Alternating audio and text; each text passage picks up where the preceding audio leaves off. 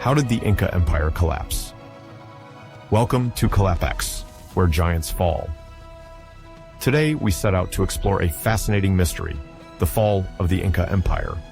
How could such a vast, structured, and spiritually powerful civilization collapse so quickly? Fratricidal wars, betrayals, diseases, foreign conquest.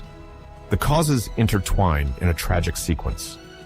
Between the grandeur of Pachacutec and the captivity of Atahualpa, history reveals to us the ominous signs of a brutal, almost unreal collapse that marked the end of a world, but the survival of a memory. But before embarking on a new adventure, don't forget to like the video and subscribe to the channel so you don't miss anything. Thank you, and have a great journey.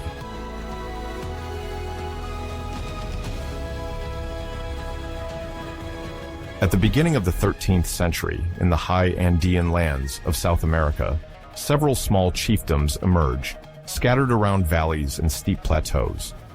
These communities are structured around local chiefs, sometimes called Sinchi, who exercise limited military or religious authority. At that time, the region of present-day Peru is already the stage of rich cultural traditions and remnants inherited from older civilizations, such as Tiahuanaco or Wari. Yet nothing yet foreshadows the rise of a power large enough to gradually unify these different peoples scattered throughout the Andes. It's from this collection of chiefdoms that the Inca Empire will be born. Its cradle is in the region of Cusco, located in the current southeast of Peru. Through alliances and military feats, the city of Cusco will become a major political, cultural, and religious center, gradually establishing the foundations of an imperial state that will extend until the 15th century.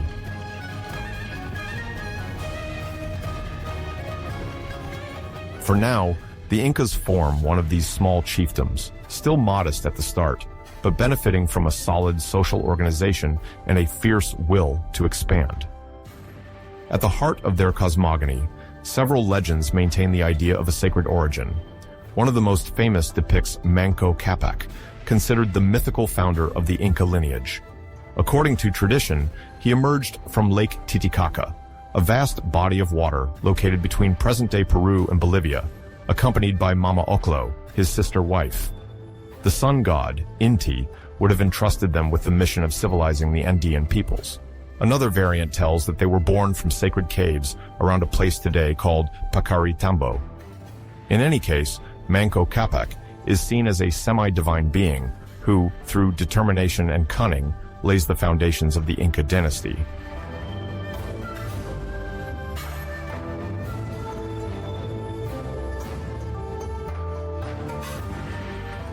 In its beginnings, the city of Cusco is just a grouping of fortified villages. We are in the 13th century.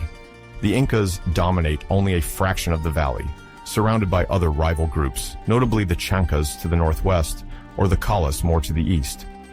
Inca expansion begins with a series of local struggles and diplomatic deals with neighboring chiefdoms. Marriage alliances, trade, and the negotiation of temporary truces allow the reigning Inca family to consolidate their power. Little by little, some conquered or defeated peoples find themselves integrated. The process is not always peaceful. When an agreement is refused, the Inca sends his warriors. The rebels, captured or defeated, eventually are relocated or integrated into Inca society. This phase is not just about territorial enlargement. It's also the moment when a model of control is established that will characterize the Inca Empire, negotiate when possible, and fight when necessary.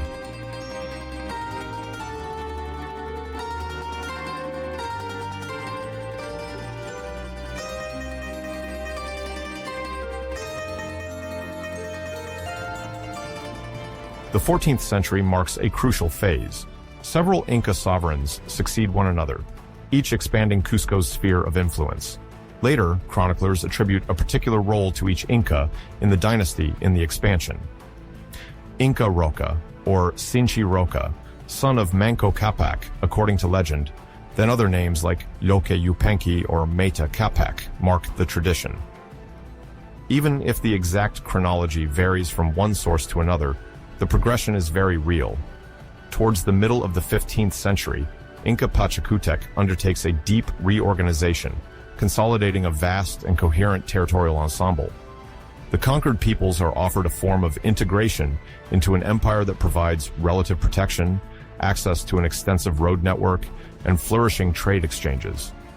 Rebellions are often harshly suppressed, but overall the empire strives to avoid overly costly wars by favoring negotiation and inclusion, as long as imperial authority and the cult of Inti are recognized.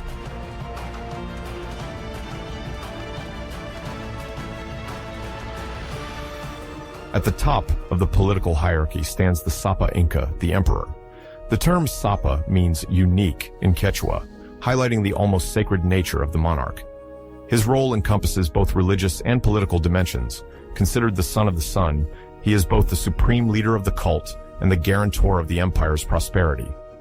Surrounding him is the high nobility, stemming from the Panicas, those royal lineages that preserve the memory and the cult of the imperial ancestors. Each Panaca is responsible for the rites to honor the mummy of an imperial ancestor. As in the Inca tradition, high-ranking deceased individuals are mummified and considered ever-present.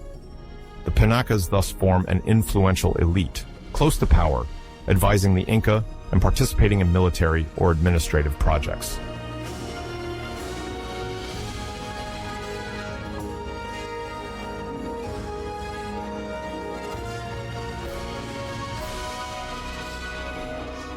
This centralized power is reflected in the organization of the territory, divided into 4 major sectors called suyus.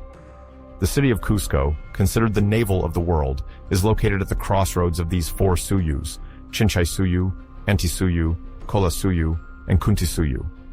Each suyu is administered by imperial officials who oversee the census of the population, the collection of resources, and the transmission of orders from the Sapa Inca. To facilitate management, the Inca power relies on a system of local representatives, often co-opted from among the leaders of conquered peoples, provided they prove their loyalty. The officials accountable are divided into hierarchical levels: leaders of 10 families, of 100 families, of 1,000, or even of 10,000, following a decimal logic reported by several chroniclers. Regional administrators ensure the balance between the needs of the population and the demands of the imperial state.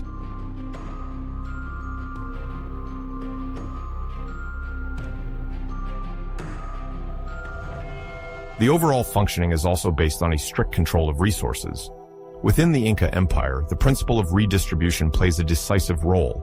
The state organizes the collection of agricultural surpluses, artisanal productions, and livestock, then redistributes them when necessary: drought, famine, large construction projects. In this way, local shortages are avoided, and the armies have provisions during military campaigns. To mobilize the required workforce for building, road maintenance, or agricultural exploitation, the empire applies a corvée system called MITE. Each household, depending on its size and composition, must periodically provide a defined number of workers to the state or religious projects. However, this mita is not perceived as a mere burden. It is integrated into a community vision of labor, where each individual contributes to the common good, then benefits from the fruits of collective effort.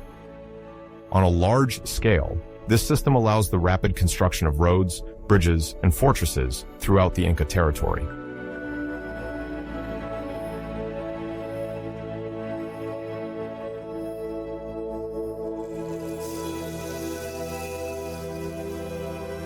The economic heart of the Inca Empire rests on agricultural productivity. In the Andes Cordillera, agriculture must contend with an extreme relief: steep slopes, marked climatic variations, and rare, flat, arable land. The Incas developed unique expertise to exploit each agroecological tier, from the more temperate lower zones to the high-altitude plateaus. Tubers like potatoes, ulucos, and ocas thrive in the heights, while maize, which demands more warmth, is cultivated in more sheltered valleys. This diversification of crops protects the empire against the risks of localized crop failures. If a region suffers from drought, another wetter region can compensate.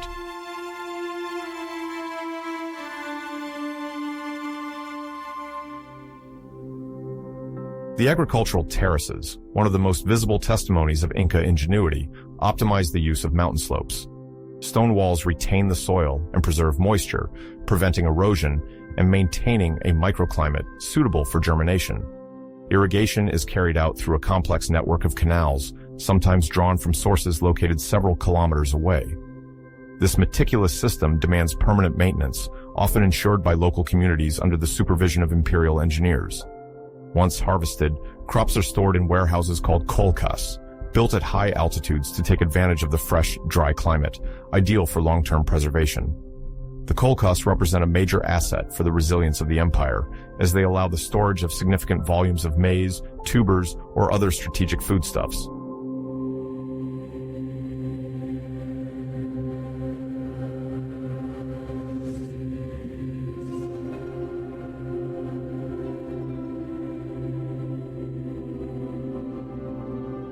Parallel to this, livestock farming plays an essential role in the economy. Llamas and alpacas, emblematic animals of the Andes, provide meat, leather, and especially high-quality textile fibers. Herds are often managed by the state or specific communities, required to hand over part of the production to the imperial authorities. Llamas are also used as pack animals to transport goods across the Andean escarpments. Natural fibers, transformed into fabrics, hold considerable importance for Inca society, not only in terms of clothing, but also as a means of social judgment. The dwellings of the elite are distinguished by the use of fine fabrics, adorned with complex patterns, often produced by specialized craftswomen grouped in royal workshops.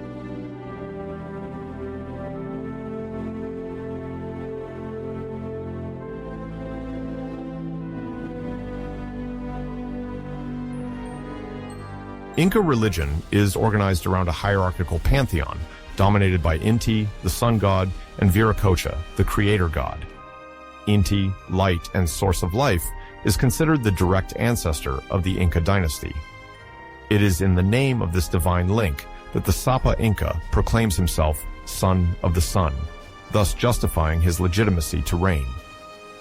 Viracocha, older in Andean mythology, is associated with the creation of the world, the first humans, and the cosmos.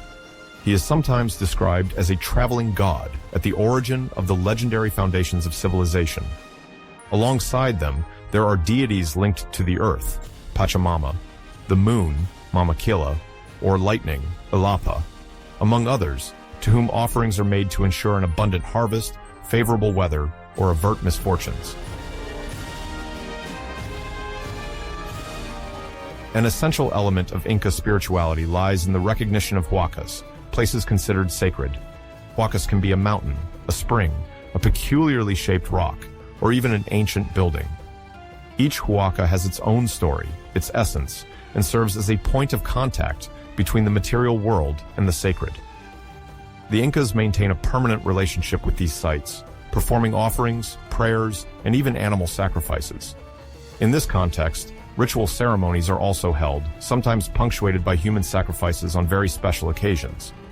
This practice, although rare and regulated, aimed to appease divine forces in critical moments, such as during political crises or natural disasters.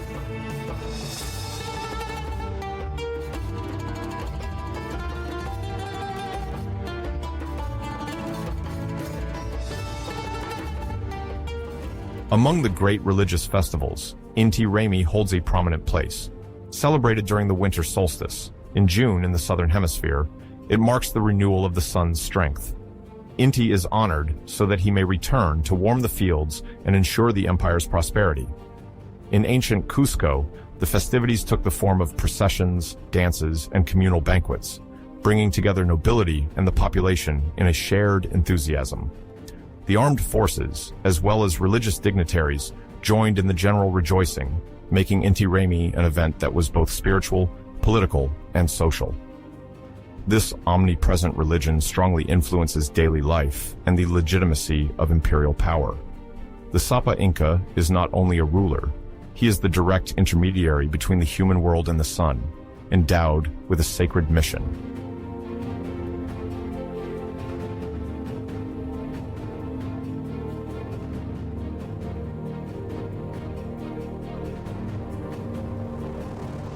The Inca Empire is often celebrated for the magnitude of its architectural achievements and its network of infrastructures.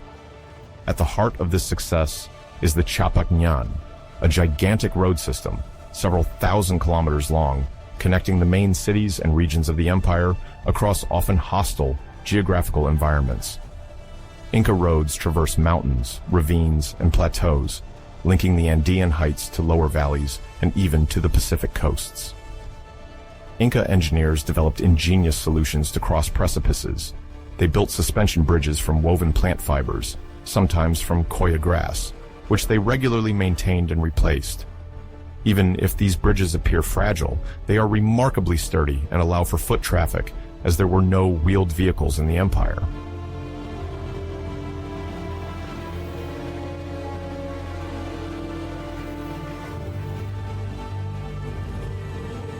Along these vital axes, relay stations called tambos are erected at regular intervals. They serve as rest points for imperial travelers, storage sites for provisions, and military garrisons when the situation demands. The chasquis, those fast-running messengers, use the road network to transmit orders and information from the capital to the provinces and vice versa. Thanks to this system, the Sapa Inca and his council can receive and send directives relatively quickly, despite the considerable distances. This efficient network strengthens the unity of the empire and ensures closer control over conquered territories.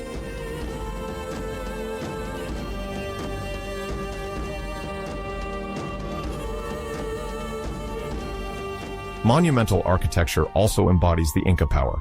Machu Picchu, a city perched on a steep ridge over 2,000 meters above sea level, remains one of the most impressive examples. It was likely constructed under the reign of Pachacutec in the 15th century and might have served as a religious center, royal residence, or agricultural laboratory.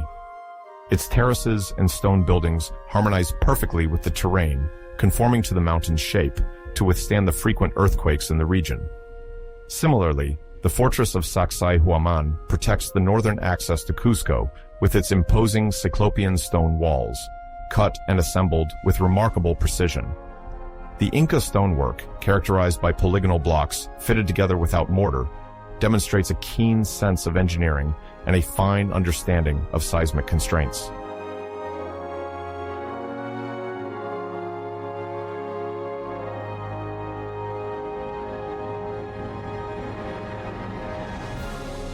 These large projects require an abundant workforce, provided by the METI. They respond not only to defensive or ritual imperatives, but also to prestige objectives.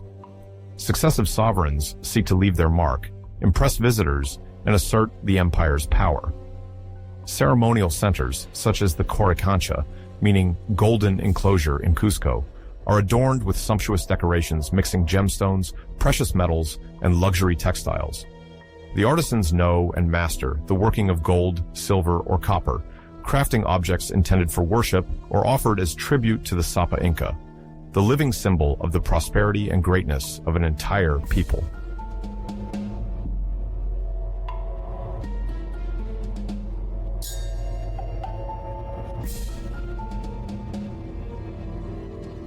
Alongside roads and monuments, the Inca Empire developed a unique system of information transmission and accounting, the quipus.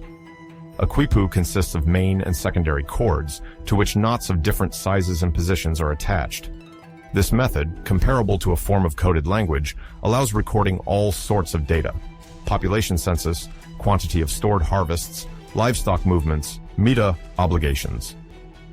The specialists who handle these quipus, called quepuchamayocs, are trained to read and interpret the combinations of knots. They then transmit their reports to higher administrators, ensuring that the central authority has an up-to-date view of the state of the empire. Although the mystery of the quipus is not yet fully solved for modern researchers, it is evident that they constituted a remarkably effective organizational tool in an empire where alphabetical writing did not exist in the form known to the West.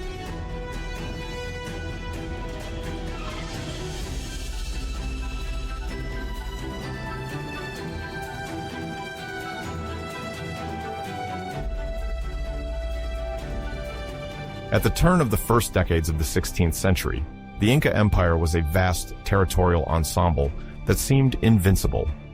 To understand this crucial period, one must first examine the reign of Huayna Capac, one of the most important Inca rulers.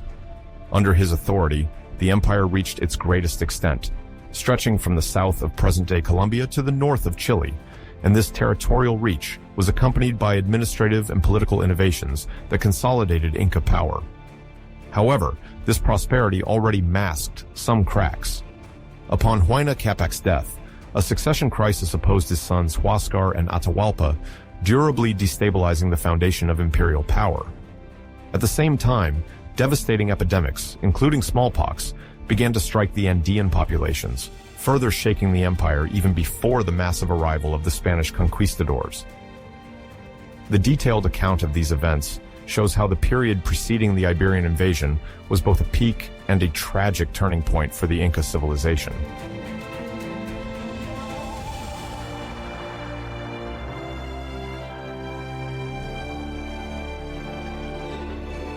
Huayna Capac is often regarded as the last great unifier of the Inca Empire. Born around the 1460s or 1470s, he was the son of Emperor Tupac Inca Yupanqui and the Coya imperial consort Mama Oclo, giving him a prestigious lineage that naturally legitimized his future ascension to the throne. His rise to power is generally placed around 1493. At that time, the Inca Empire was already vast, a result of the conquests of his predecessors, including the influential Pachacutec, considered by Inca tradition as the reformer who transformed Cusco into an imperial city. Huayna Capac ascended to a well-established throne, but he aimed to make his personal mark.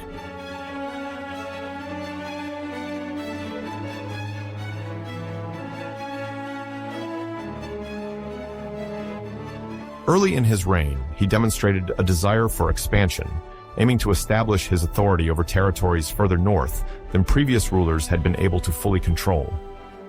According to several sources, Huayna Capac led various military campaigns to the north, crossing what is today the border between Ecuador and Colombia. This area was then inhabited by fierce peoples, such as the Chasquis and the Pastos, who offered strong resistance. Despite the complex topography of the northern Andes, he managed to impose Inca authority, initially through force, then through an administrative reorganization system, integrated into the Inca's vision of integrating conquered peoples. It is said that to maintain peace, he founded or developed administrative centers in these territories, such as Tumabamba in present-day Ecuador, to better manage local human and economic resources.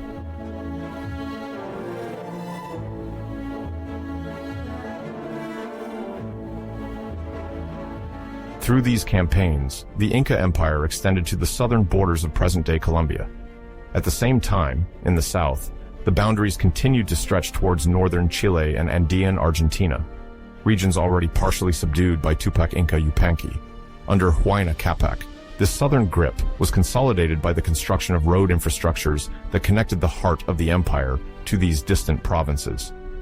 This territory grid was made possible by the Capac Ñan, the great Andean road network, inherited from his ancestors and constantly improved. Relays, or tambos, dotted the major roads to allow resupply for troops and state officials, while checkpoints assessed the loyalty of the subjugated populations. This integration also involved diplomatic actions, as some peoples preferred to form alliances rather than resist militarily.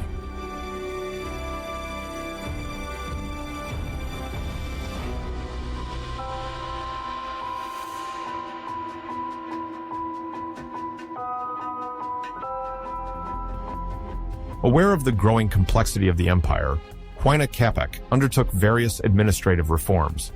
The aim was to strengthen state centralization while ensuring the collaboration of the local aristocracy in the conquered provinces. At the top, the Sapa Inca held absolute power, believed to be of divine essence as he was considered the son of the sun, Inti. However, to make his administration more effective, Huayna Capac relied on governors from the Inca nobility, but sometimes also on regional elites recognized for their loyalty. This strategy, combining military firmness and cultural integration, resulted in a relative Inca peace in most provinces, although sporadic revolts could erupt in localized areas.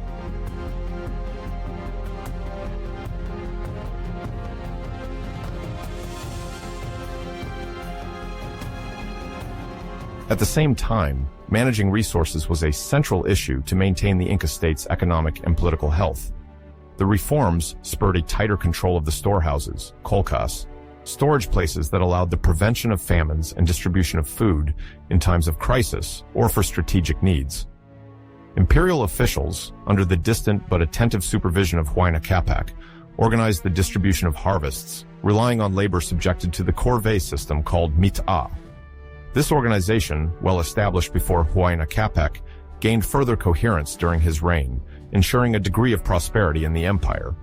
Llamas and alpacas, sources of wool and transport, were raised in large numbers in the heights of the Andes, further reinforcing the Inca self-sufficiency.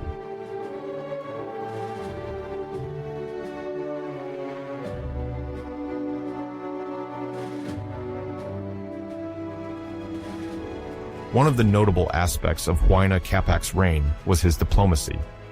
As the empire now bordered other independent peoples, he sought to negotiate, in some cases, treaties that avoided unnecessary wars. Thus, in border areas such as those in southern Colombia, coexistence was governed not only by force, but also through diplomatic negotiations.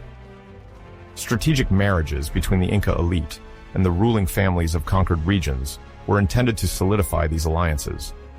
Some historians believe that this policy of concord helped avoid permanent conflicts, provided the Inca prestige remained unshakable and economic exchanges stayed advantageous for all parties involved.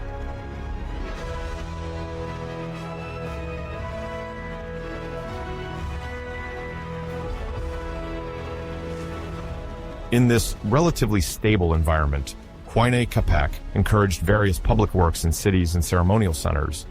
Buildings were expanded or renovated, particularly in Cusco, the capital, but also in significant locations in present-day Ecuador, where he sometimes stayed. His predecessor, Tupac Inca Yupanqui, had already begun transferring some palaces and political centers towards the northern area, and Huayna Capac continued in this direction, as he wanted to assert his presence in these new lands. Oral archives suggest he may have even considered making Quito a second major administrative center of the empire, although there is no full consensus among modern researchers regarding the extent of this project.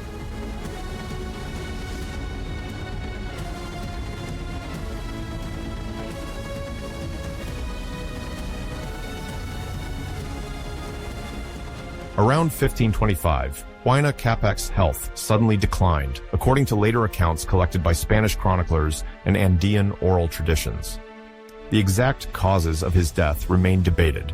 Some specialists suggest he may have succumbed to smallpox, a disease previously unknown in the New World, probably introduced through indirect contact with Europeans stationed further north, in Central America or the Caribbean coast. Others propose a natural death or another illness. However, the smallpox theory is often favored because there are several testimonies indicating that unexplained epidemics for local populations were spreading in the empire around the same time.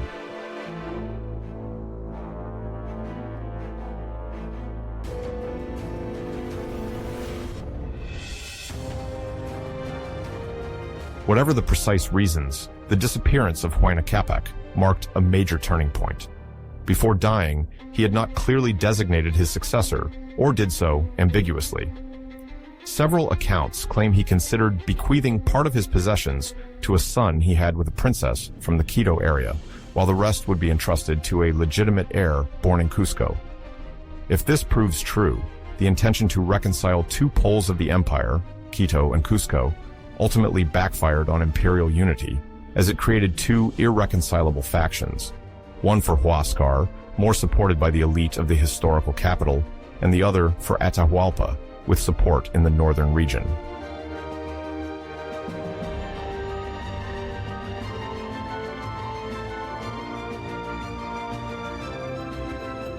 These tensions did not immediately erupt publicly, as the emperor's death had to be managed carefully to avoid a widespread uprising.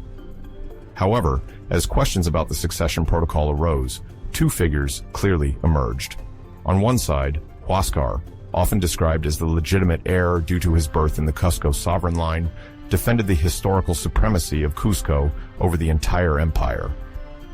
On the other side, Atahualpa, backed by influential generals and some of the populations in the Quito region, positioned himself as the continuer of Huayna Capac's political and military projects in the northern provinces.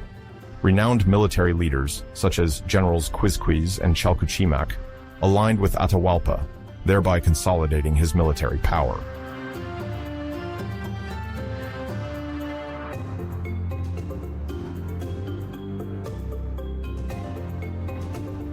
The rivalry quickly intensified when Huáscar demanded total control of the empire. He believed that, as the official son of the deceased sovereign, he alone should wear the mascapaicha, the imperial headdress embodying the supreme authority.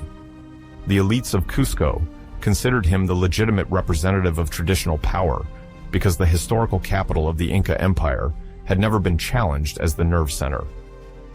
For Huáscar and his supporters, the very idea of territorial division was unthinkable and constituted a threat to the balance of the Tahuantinsuyu, this vast Inca Empire, whose name means the Four Suyus.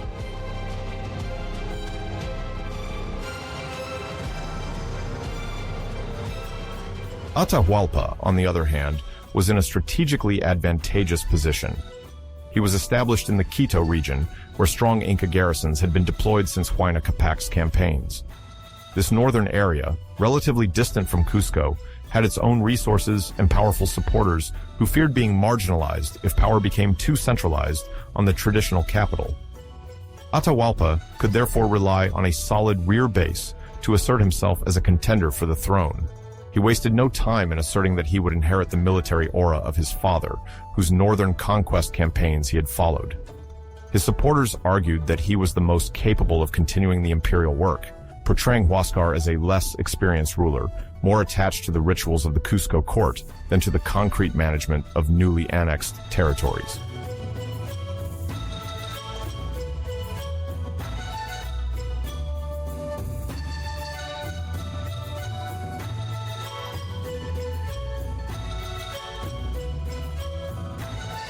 The competition for power meant much more than a simple family conflict. It threatened the unity of the empire. Very quickly, the Inca nobles, as well as the provincial administrators, found themselves facing a complex choice. Should they remain loyal to the traditional lineage of Cusco, which had embodied spiritual and political power for generations? Or was it better to rally to Atahualpa, whose military strength seemed superior in an increasingly uncertain context? Alliances were forged and unraveled under the influence of multiple factors, ranging from geopolitical considerations to clan rivalries and economic interests.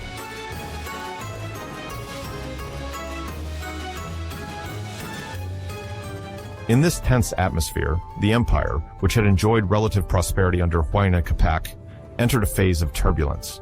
Latent clashes began to break out at the end of the 1520s, and historians agree that open hostility was only really declared around 1529, or a bit later.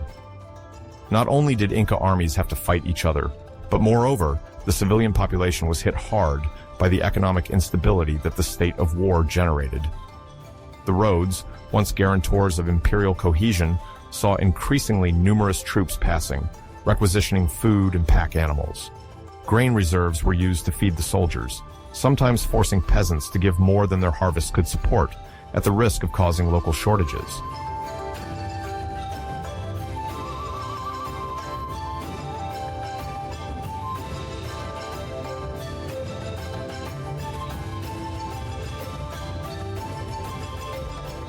At the end of the 15th century, Western Europe was dominated by several great kingdoms seeking to consolidate their territories. Portugal and Castile-Aragon, future pillars of European maritime expansion, asserted themselves as powers that gradually pushed the boundaries of the unknown.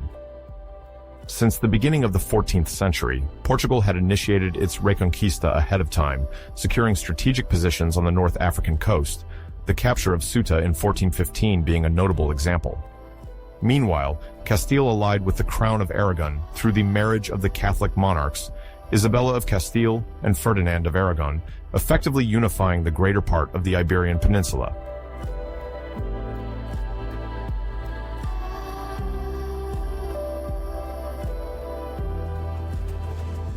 The term Reconquista refers to the long period between the 8th and 15th centuries of fighting to expel Muslim powers from the Iberian Peninsula. Its endpoint came in 1492 with the capture of Granada, the last Nasrid stronghold on Iberian soil.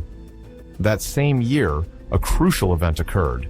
The Catholic monarchs, now free from internal conflicts, could invest their resources in maritime exploration projects.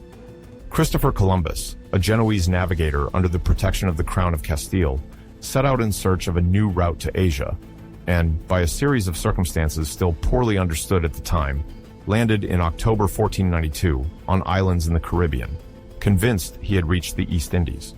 His discovery, far from being perceived as a new continent at first glance, nonetheless aroused the desire of the Spanish monarchs and laid the first stone of the subsequent colonization of the Americas.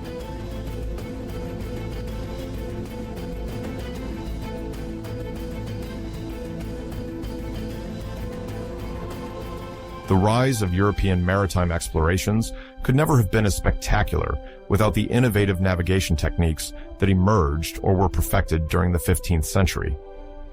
The Portuguese, under the guidance of Henry the Navigator, improved the geographical and cartographic knowledge of their time. They adopted and adapted several tools then known: the compass, of Chinese origin, capable of indicating magnetic north, and the astrolabe, perfected in the Islamic world and allowing the calculation of latitude at sea by the position of the stars. The caravel, a new type of light, maneuverable ship equipped with triangular sails, facilitated long ocean voyages against the wind. Result: Portuguese sailors, and soon Spanish ones, felt capable of probing the Atlantic in search of new sea passages.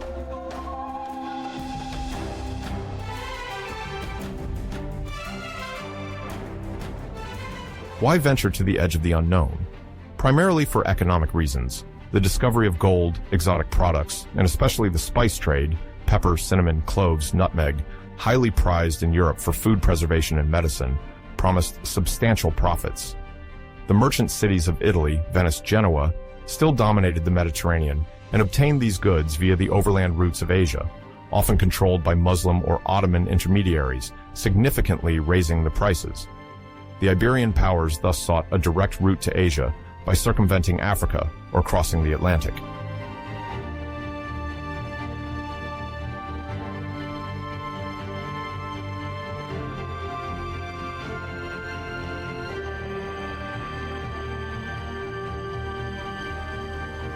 During this same period, the Ottoman Empire reached its territorial and political peak. The Ottomans, originally from Anatolia, conquered Constantinople in 1453, renamed it Istanbul, and now controlled the land route linking Europe and Asia. Their power over the eastern Mediterranean closed direct access to the precious spices of the Indian Ocean for Europeans. Under the reign of sultans like Bayezid II, and especially Suleiman the Magnificent, the Ottoman Empire extended its borders to the gates of Vienna in Central Europe, while dominating the Red Sea and the Persian Gulf. Its mastery of major trade routes allowed it to heavily tax goods and grow significantly wealthy. This Ottoman hegemony over trade further motivated Europeans, eager to find a maritime route inaccessible to Turkish influence.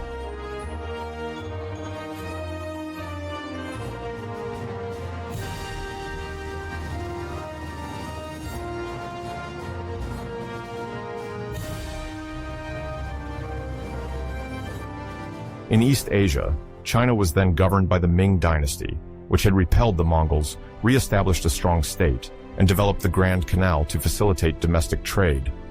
By the early 15th century, Emperor Yongle financed several maritime expeditions led by the famous Admiral Zheng He, exploring the Indian Ocean and reaching the coasts of East Africa. However, after Yongle's death, the Ming court gradually decided to end these costly ventures and turned increasingly inward. By the end of the 15th and the beginning of the 16th century, China remained a powerful and highly coveted economic partner for European powers, but it significantly reduced its overseas expeditions. Its trade with the West was then mainly limited to coastal ports controlled by the state, and the Portuguese were among the first Europeans allowed to trade in Macau in the mid-16th century.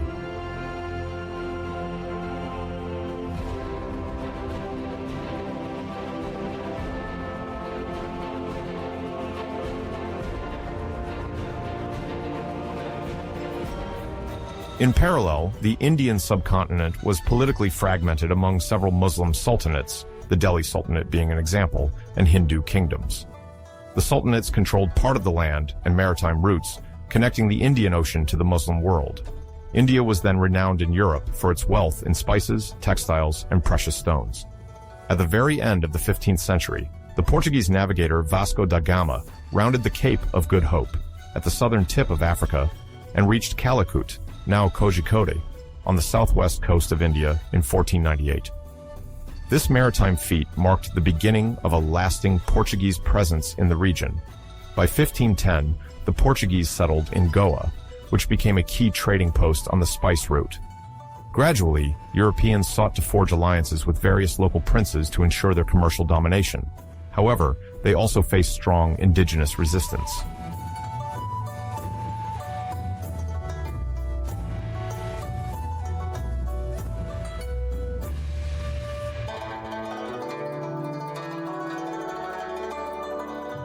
South of the Sahara, great empires have thrived for centuries thanks to the caravan routes that traverse the desert.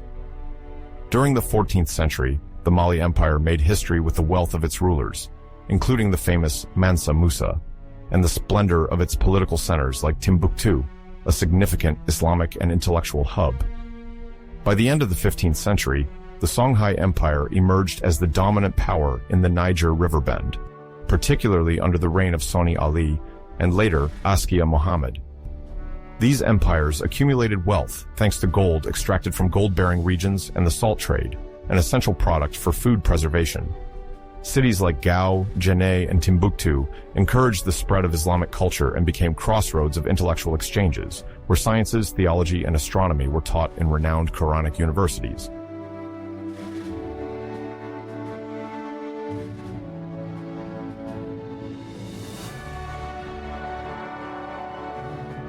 For centuries, camel caravans have crossed the Sahara with loads of salt, collected from mines in the northern desert, and gold, extracted from deposits further south.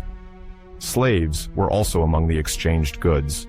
They were sold in North African markets and could then make their way to the Middle East, or even some major cities of the Mediterranean. These trans-Saharan flows supported the economy of powerful Sudanese kingdoms and fostered cultural mixing between sub-Saharan Africa, the Maghreb, and the Middle East. At the dawn of the 16th century, the gradual arrival of the Portuguese on the West African coasts began to transform these historic routes.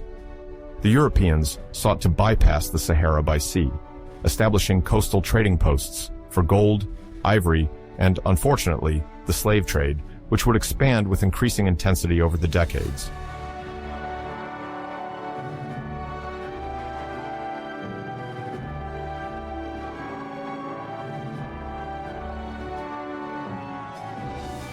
West Africa was profoundly marked by Islam, which was gradually established from the 8th century onwards through Arab and Berber merchants. In caravan cities, Islam became the religion of the royal court and elites, while the general population sometimes maintained traditional cults alongside it. Cultural and commercial exchanges thus united the Arab-Muslim world, extending from the Maghreb to Mamluk Egypt and often further towards the eastern provinces of the Ottoman Empire. Indeed, when Europeans made their entry onto the Atlantic African scene, they penetrated a complex geopolitical network whose commercial and religious connections were already well established.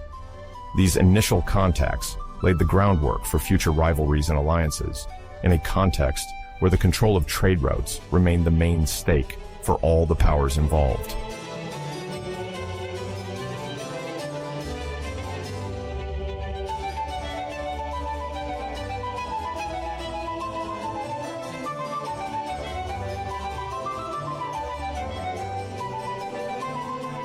Long before the arrival of European navigators, the American continent was teeming with civilizations and kingdoms. In Mesoamerica, at the beginning of the 16th century, the Aztec Empire, sometimes called the Triple Alliance, was the dominant power in the region of present-day central Mexico. The confederation was formed by three main city-states, Tenochtitlan, Texcoco, and Tlacopan. Tenochtitlan, founded around 1325 on an island in Lake Texcoco, became the most influential city. The Aztec Empire extended over much of the central Mexican plateau, gradually subjugating neighboring peoples and demanding tribute from them in agricultural products, crafts, or slaves for religious rituals.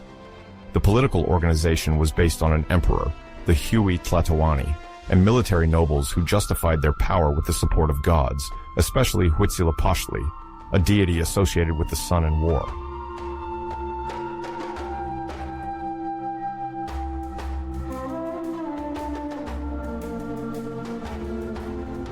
Despite its dominance, the Aztec state faced constant resistance from independent entities, including the Tlaxcala Confederation, located to the east. Enclaved, Tlaxcala regularly endured Aztec attacks, but managed to survive thanks to a strong spirit of independence and its mountainous geography. Other cities, like Texcoco, despite its membership in the Triple Alliance, sometimes maintained complex relations of rivalry or contestation with Tenochtitlan's central power.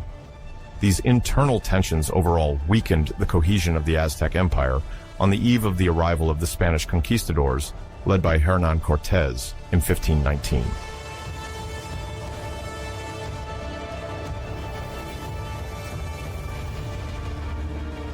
The Aztecs are distinguished by remarkable architecture, which includes high-stepped temples like the Templo Mayor of Tenochtitlan. They also implemented a system of chinampas, ingenious floating gardens on the lake, used for growing corn, beans, or tomatoes.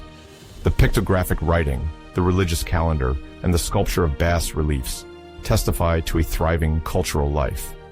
Tenochtitlan, at its peak just before the Spanish conquest, was probably one of the largest cities in the world, housing perhaps more than 200,000 inhabitants, with organized canals for circulation and vast marketplaces like Tlatelolco, where all sorts of goods from all corners of Mesoamerica were exchanged.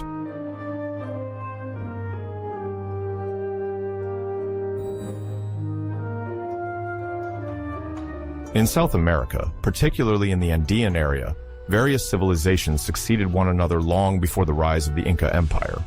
Among them, the Chachapoya culture, based in the mountainous regions of modern northern Peru, balanced cliffside fortresses and maintained a spirituality founded on ancestor worship. Further west, the Chimu culture, whose capital was Chan Chan, in the Moche Valley on the Peruvian coast, developed one of the largest urban complexes in pre-Columbian America.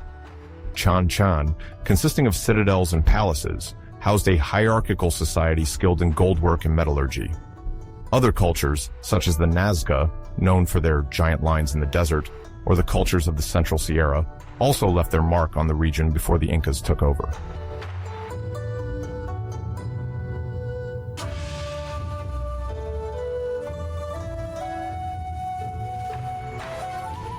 While Spain is often associated with the exploration and conquest of South America, Portugal was also prominent, and even first, with the discovery of the Brazilian coastline. In 1500, the expedition of Pedro Álvares Cabral, tasked with reaching India by rounding Africa, drifted westward in the South Atlantic and landed on the shores of what would become Brazil. The Treaty of Tordesillas, signed in 1494, had already established an imaginary line separating Spanish and Portuguese zones of influence. Thus, the eastern part of South America, notably the future Brazil, came under Portuguese control, which then sent settlers to exploit the wood, useful for dye, and later sugar, through vast plantations.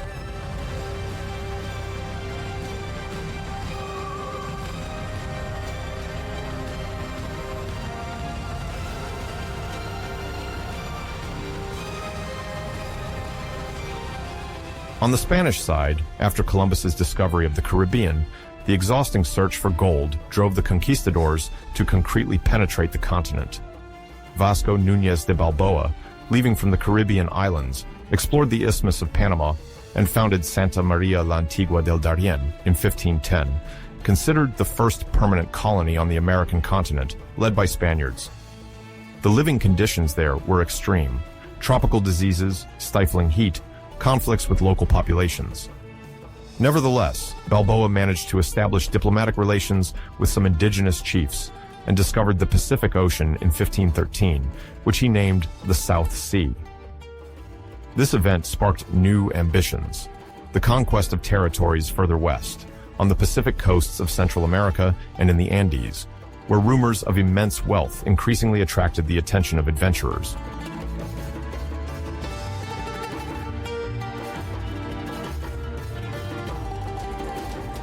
The founding of Santa Maria la Antigua del Darién served as a springboard for Spanish colonization on the continent.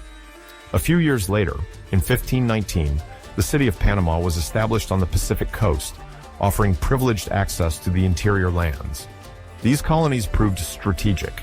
Ships could stop there, resupply, and prepare for expeditions to regions further south, where stories already circulated about kingdoms rich in precious metals.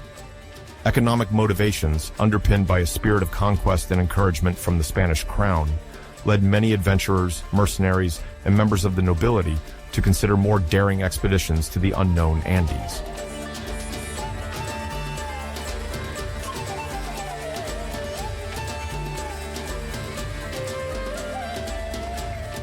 Meanwhile, the Inca Empire faces a civil war between Huáscar and Atahualpa, which unfolds during the very first decades of the 16th century, constituting one of the most tragic episodes in pre-Hispanic Andean history. The events that occur from 1527 to 1532 will irreversibly shape the future of the Inca Empire. On one side, Huáscar enjoys symbolic legitimacy. He resides in Cusco, the traditional capital and ceremonial center where rites related to the worship of the sun, Inti, are firmly rooted. Supported by part of the nobility established in the region, Huáscar considers himself the natural successor, as he believes he embodies the direct continuity of the dynasty. On the other side, Atahualpa, who has settled in the Quito region in present-day Ecuador, also claims the supreme title. He has gained military experience by participating in the northern campaigns organized by his father. The Quito area, conquered during the reign of Huayna Capac, represents not only considerable territory, but also a reservoir of seasoned troops who recognize in Atahualpa a capable leader attuned to their concerns.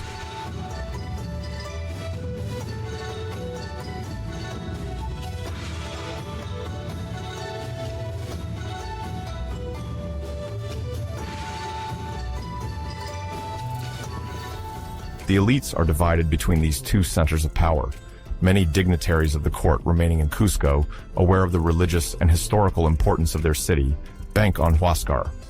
However, several influential generals opt for Atahualpa, whose reputation as a courageous warrior and proximity to the soldiers of the northern provinces are assets.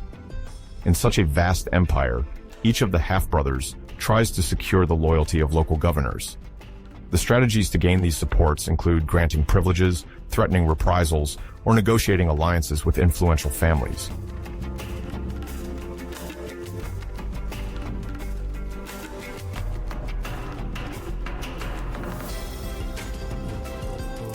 A question of paramount importance is religious legitimacy. In Cusco, Huáscar claims the symbolic support of the solar cults, invoking his direct descent from Inti and the fact that Cusco remains the source of the Coricancha, the great sacred temple. Atahualpa, on his side, strives to consolidate a local cult associated with ancestors recently buried in the northern provinces and to obtain the blessing of the oracles located on the Andean routes leading to Quito. Both consider themselves as holding the spiritual heritage of Huayna Capac, whose mummy, revered as a sacred object, is at the heart of political negotiations aiming to legitimize the transfer of power.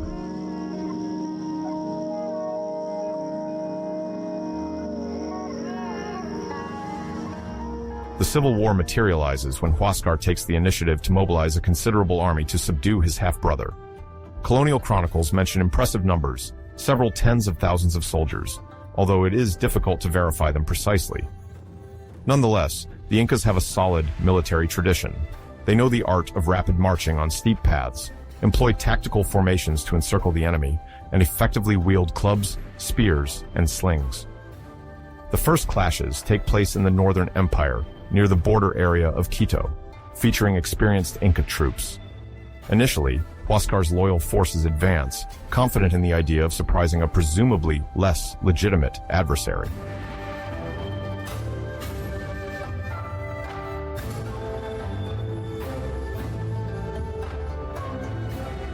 However, Atahualpa proves to be strategic.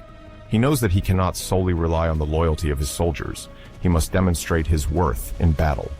He thus mobilizes the best units stationed in the northern provinces, trained for demanding campaigns. These contingents, seasoned, had once distinguished themselves during the border consolidations led by Huayna Capac. According to some sources, Atahualpa sent scouts to harass Huascar's forces and destabilize their advance. He skillfully exploits the Andean topography, forcing the adversary to exhaust themselves in difficult-to-access areas before ordering lightning raids on supply lines. Moreover, the support of local leaders in the Quito region ensures him provisions, relays, and a fine knowledge of the terrain, all crucial advantages in a war of movement.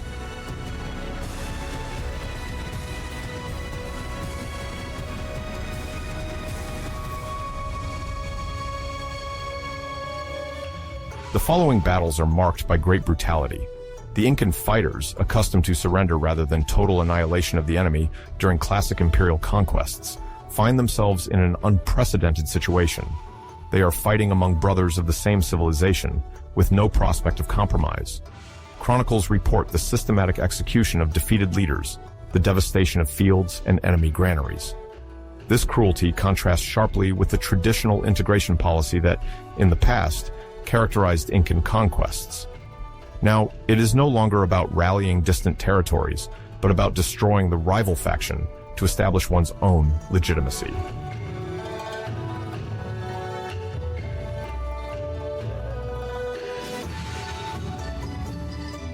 Despite Huascar's determination and the symbolically strong position of Cusco, it is Atahualpa who eventually gains the upper hand. Key victories follow one another between 1531 and 1532. The Atahualpa's troops multiply their successes on the battlefield, win over some officers who found Huascar too uncompromising, and take advantage of the rapid mobility of the northern forces. A series of skirmishes, some of which occur along the Apurimac River or around Ambato, often involve trapping Huascarist forces in environments where they cannot deploy their numerical superiority. Supporters of Atahualpa, in the accounts, display higher morale, galvanized by initial successes. Rumors circulate that their leader is blessed by the northern gods, which erodes the confidence that the enemy soldiers placed in the protection of the son of Cusco.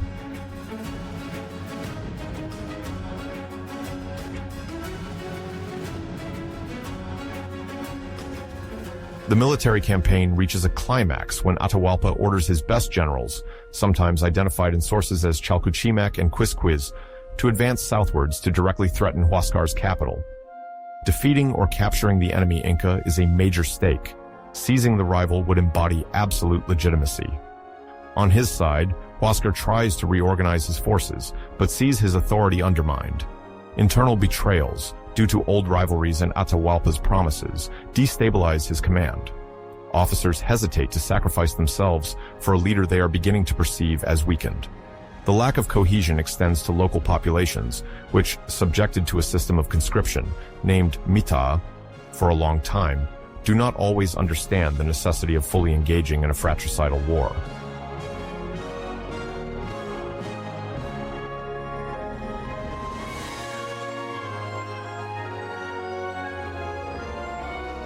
The decisive confrontation occurs when Huascar, forced to defend his capital, leaves Cusco with a hastily assembled army.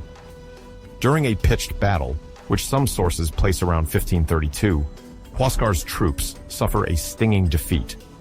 Demoralized, they retreat chaotically, while Huascar himself falls into the hands of Atahualpa's supporters. For the adversary, this event represents the ultimate victory, one that should unify the empire. It is said that, in a symbolic gesture, the victors humiliate Huascar in front of his former officers to ensure that he no longer inspires loyalty or hope of returning to power. The fate of this imperial captive is particularly cruel. According to some accounts, he is forced to move around chained like a simple prisoner while being exhibited to signify that the authority of Cusco is now vanquished.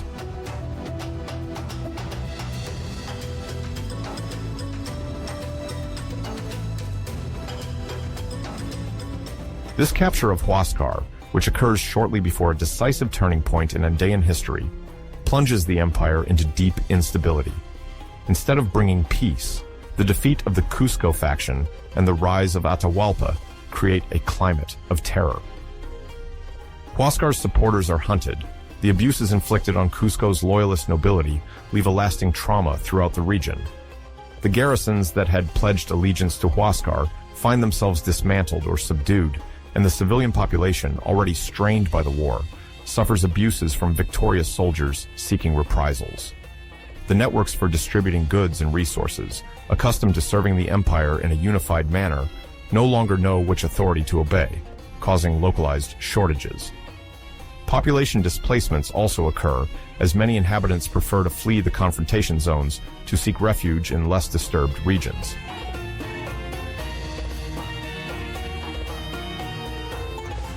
Atahualpa's victory, therefore, does not bring the much-anticipated stability. The empire at this time embodies a deeply wounded entity. The fratricidal violence has shaken the very foundation of Inca civilization, which traditionally valued cooperation under the sacred authority of a single Sapa Inca. Human losses are considerable. Beyond soldiers fallen in battle, civilian populations suffer from famines caused by the destruction of harvests and diseases exacerbated by overcrowding and chaos. Infrastructures such as roads and storage warehouses are less maintained. Economic disruptions lead to a slowdown in the distribution of goods and the normal functioning of the MITAA. In other words, the entire administrative and social system that previous emperors had meticulously developed is undermined by several years of internal struggles.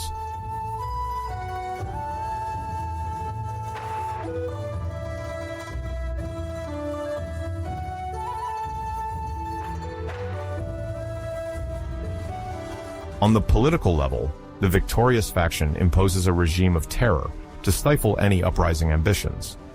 Courtiers, former supporters of Huáscar, are frequently executed or forced to submit in exchange for their survival.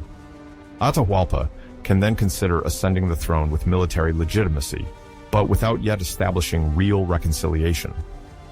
Many officials fear that other relatives may seek power, as succession remains a sensitive subject in the Inca world. However, the presence of an undisputed winner of the battles, at least in appearance, appeals to those who have not yet taken sides. These prefer to choose the dominant camp to ensure peace in their provinces.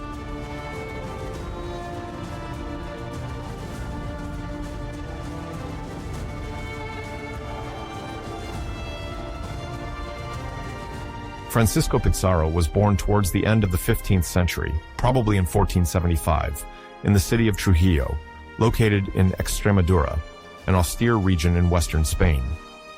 Born to a modest family and reputed to be an illegitimate child of a soldier, he grew up in a time marked by hopes of fortune and social ascension offered by what was then called the New World. Like many of his contemporaries, he heard about the exciting stories brought back from overseas, fabulous treasures, exotic lands, and unknown populations. Drawn by these promises, he embarked early for the Caribbean and participated at the beginning of the 16th century in expeditions toward the coasts of opulent Central America. His early years on the American continent were mostly spent in the region of present-day Republic of Panama, then a starting point for exploring territories further south, still uncharted by the Spaniards.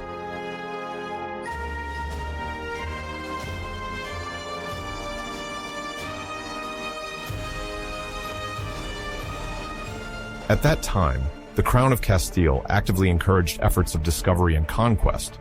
Internal rivalries between different Spanish governors based in the American colonies were frequent. Each sought to obtain official privileges to pacify new lands and establish Iberian sovereignty there. In this context, Pizarro associated with other adventurers and businessmen, hoping to negotiate financial and logistical support from the governor of Panama that would match his ambitions. The increasingly frequent rumors reaching the port of Panama, mentioning gold-rich kingdoms on the Pacific coast further south, excited everyone's imagination. One name often surfaced in those confidences, that of Peru, a vast mountainous area where immense sovereigns adorned with gold were said to reign. Convinced of the veracity of these stories, Pizarro embarked on a series of preliminary expeditions to confirm the existence of this legendary territory and prepare for the great conquest he dreamed of leading.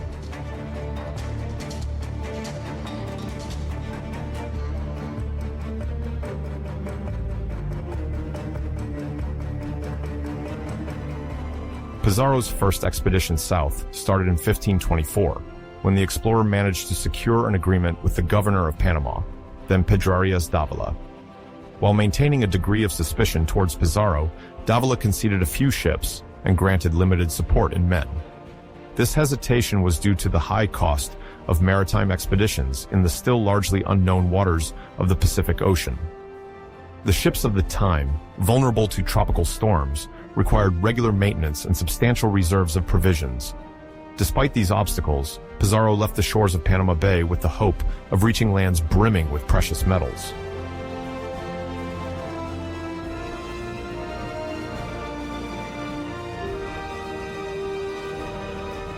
The journey was arduous and accompanied by numerous difficulties, relentless storms, lack of provisions, and above all, resistance from certain local communities not yet under Spanish control.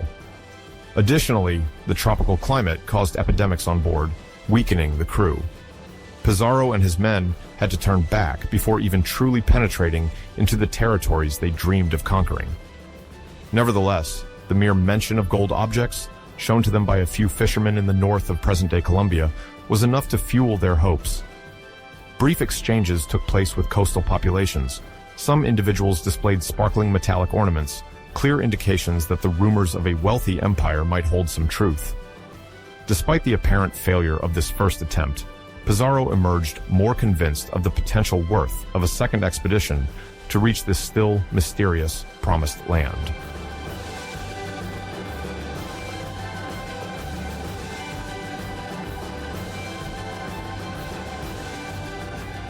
Pizarro's return to Panama elicited mixed reactions.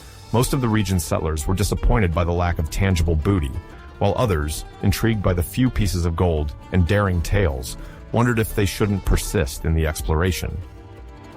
Davila, more cautious, remained reluctant to invest heavily without guarantees of quick gains. However, Pizarro insisted on the colossal potential of this land further south, which he described as organized into a great kingdom, if not an empire, capable of providing vast quantities of precious metals.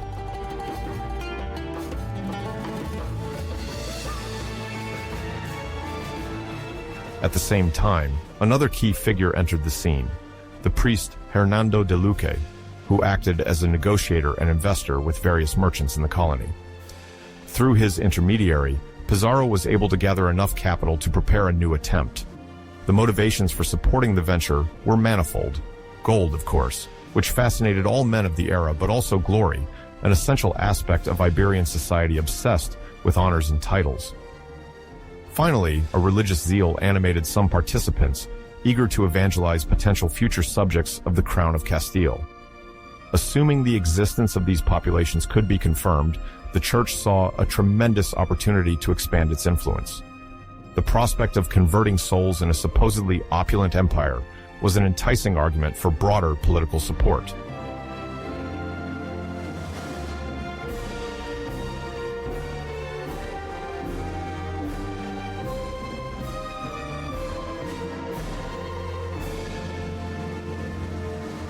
With renewed support, Francisco Pizarro organized a second expedition in 1526.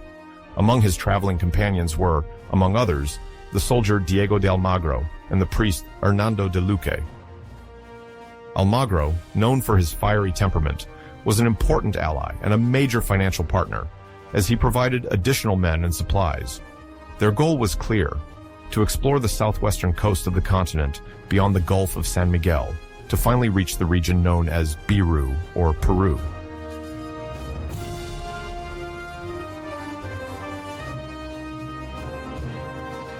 This time, after skirting the marshy shores of what is now the Colombian coast, the Spaniards advanced further than on their previous attempt. Although confronted by the hostility of some local tribes who saw these foreigners as a threat, they managed to establish several significant contacts. The most notable event occurred when they saw, in the Tumbes area, in the north of present-day Peru, true signs of an advanced civilization, considerably sized dwellings, elaborate fabrics, and above all, gold and silver objects. Gift exchanges soon took place. The local inhabitants, intrigued by the Europeans' weaponry, particularly their firearms and steel, seemed both curious and wary. Pizarro and his men were further convinced of the existence of a significant empire thriving in these valleys dominated by the Andes.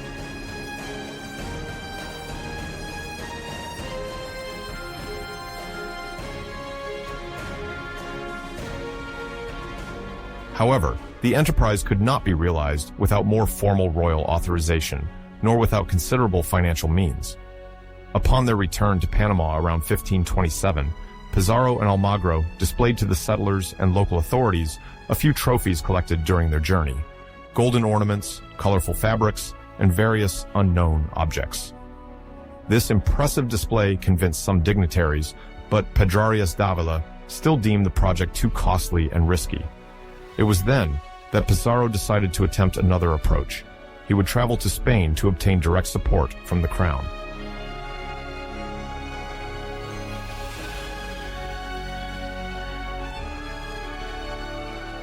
Around 1528 or 1529, the precise chronology varies depending on sources, Pizarro set sail for Spain, taking with him concrete evidence of the economic and strategic potential of these lands. His objective, to convince Emperor Charles V, King Charles I of Castile, to grant him permission to explore and subjugate this new territory.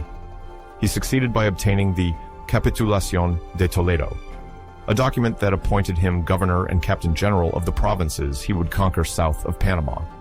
This royal capitulation, however, required Pizarro to partially finance the expedition and ensure the conversion of the indigenous populations to Catholicism. Assured of the title and legal legitimacy, he could now recruit more men, convinced that they would return covered in gold and honors.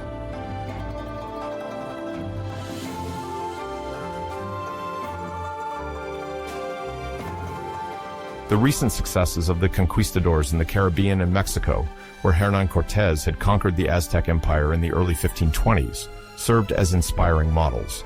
Gold was, of course, central in everyone's mind, especially since in Europe, King Charles V's military expenses, combined with the need to maintain an expanding empire, required substantial funds. The extraction and repatriation of precious metals from America had become an economic priority for the Spanish monarchy.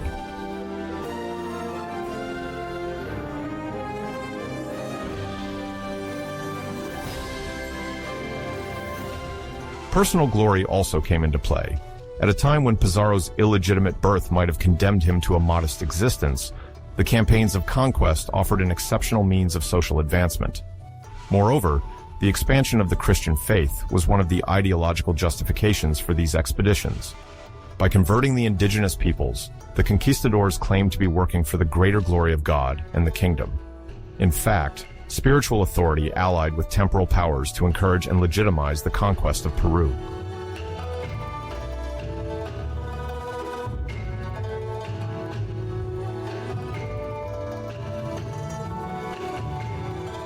Armed with his official title and buoyed by the enthusiasm of recruits, attracted by the prospect of booty, Pizarro left Spain for Panama, where he arrived at the end of 1529 or the very beginning of 1530. He immediately set about preparing an expedition on a larger scale than the two previous ones. Surrounding himself with experienced men, some veterans of the conquests of the Isthmus of Panama, he managed to assemble a small fleet and gathered a diverse troop of about 180 soldiers and a few horsemen.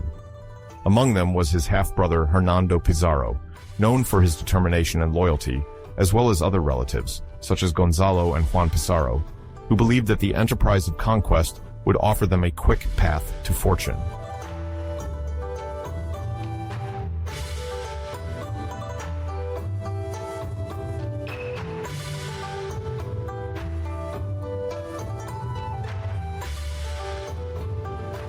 The departure from Panama took place in 1530, specifically toward the end of the year. As they sailed along the Pacific coast, the Spaniards relied on the knowledge gained during previous expeditions to avoid marshy traps, sandbanks, and areas where some tribes had already shown hostility. Navigational conditions remained perilous, however. The ships, often simple caravels or fragile brigantines, were ill-suited to tropical storms, and the success of the journey depended largely on luck. Despite these constraints, Pizarro remained convinced that the empire, whose riches had been extolled to him, was within reach.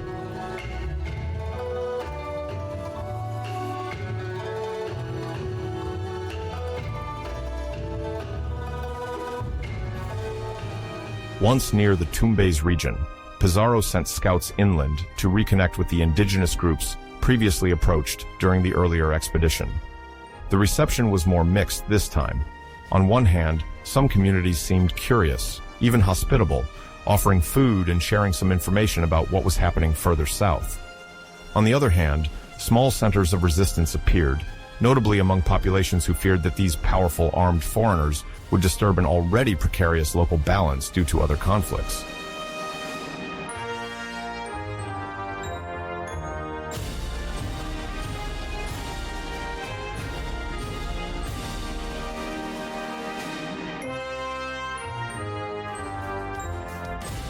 This northern part of what would become Peru was then under the sway of the Inca Empire, but the imperial warriors were not omnipresent, especially in territories far from the capital, Cusco.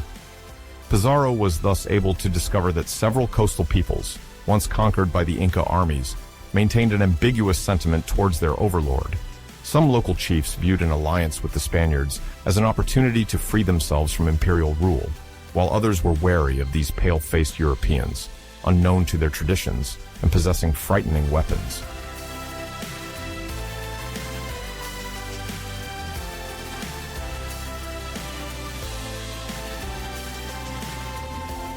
During these initial contacts, different forms of courtesy were exchanged.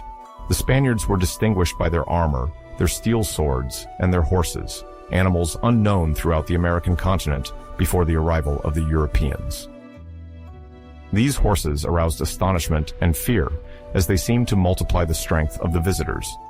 The inhabitants, for their part, offered gold or silver objects, often in the form of jewelry or ornaments, as well as exotic foodstuffs, tropical fruits, corn, peppers, and local animals.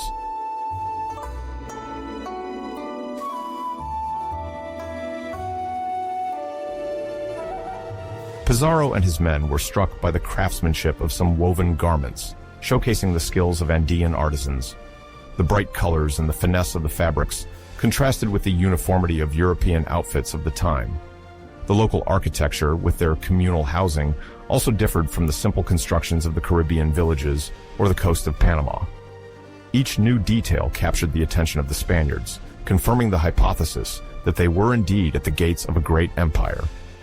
The indigenous guides, solicited through gestures or rudimentary language attempts, spoke to them of great cities inland, mentioning the gigantic mountains, the capital Cusco, and the name of the Inca, the supreme ruler of these lands.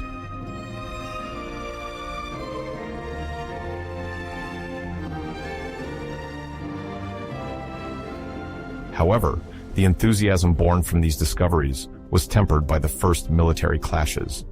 Some localities subjected to the Incas, but still loyal to the imperial authority, viewed the arrival of this foreign armed group with great suspicion. Clashes, sometimes violent, erupted as Pizarro and his troops pushed further south along the coast. In a few cases, small Andean contingents attempted to repel the Europeans without much success, as the element of surprise, technological superiority, horses, rudimentary firearms, steel, and Spanish military tactics proved devastating to groups less familiar with these new methods of combat.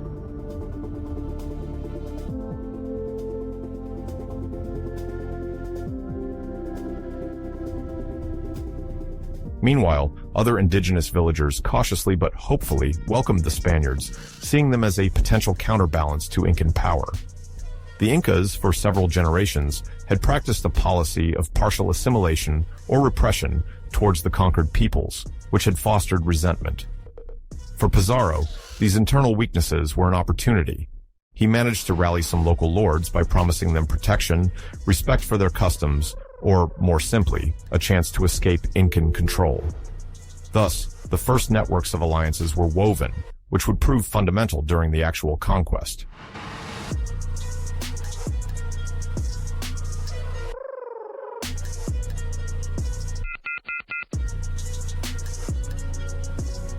One of the most striking phenomena of this period of initial contacts was the spread of Eurasian diseases in regions where they were unknown and for which the local populations had no immunity. Smallpox, measles, and flu were already circulating from previous expeditions and could be transmitted through simple encounters, even without direct confrontation. Although documentation from the time remains limited and imprecise, it is known that some coastal zones were devastated by these pathogens brought inadvertently by the Spaniards and their indigenous auxiliaries from Panama or other already affected regions.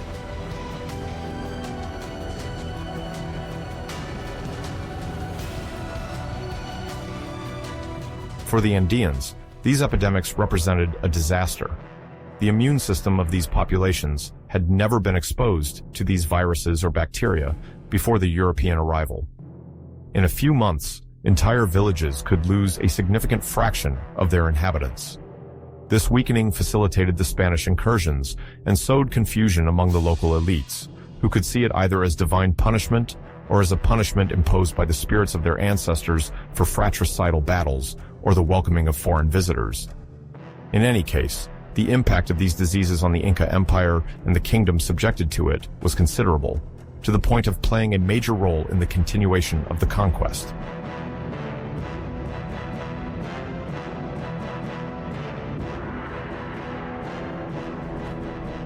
On November 16, 1532, in the valley of Cajamarca, located in present-day northern Peru, an event occurred that would change the history of an entire continent. Pizarro advanced cautiously, but with a precise strategy. The stories he had heard about the wealth of the Inca sovereign and the empire, weakened by a civil war, had convinced him that he could succeed with few men where others might have hesitated. As he approached Cajamarca, he was struck by the isolation of the city, a mountainous basin surrounded by hills, accessible through few entrances, a perfect trap. He was accompanied by only about 160 men, but all were seasoned, well-equipped, and driven by the belief that God and fortune were on their side.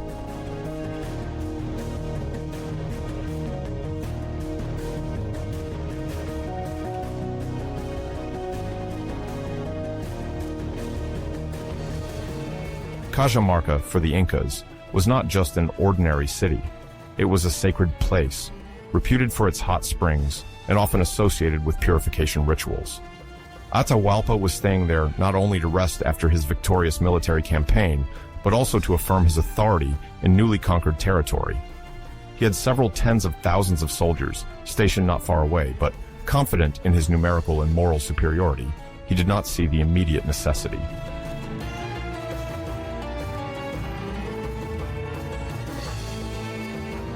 Pizarro, on the other hand, played on appearances. He sent emissaries with a respectful tone, speaking of alliance, trade, and above all, of the word of a single God. He sent Atahualpa gifts, accompanied by a message. He wished for a peaceful meeting in a spirit of friendship and exchange. The trap was set. Atahualpa, raised in a culture where the sovereign was both king and living deity, could not conceive that foreigners, so few in number and coarse in appearance, could pose a serious threat. To him, these foreigners could only be lost barbarians, eager for gold, barely more sophisticated than the subdued peoples he was accustomed to dominate. He saw Pizarro's invitation as an opportunity to assert his greatness. He declared that he would go to Cajamarca, to the courtyard of Colca, where the Spanish army had entrenched itself.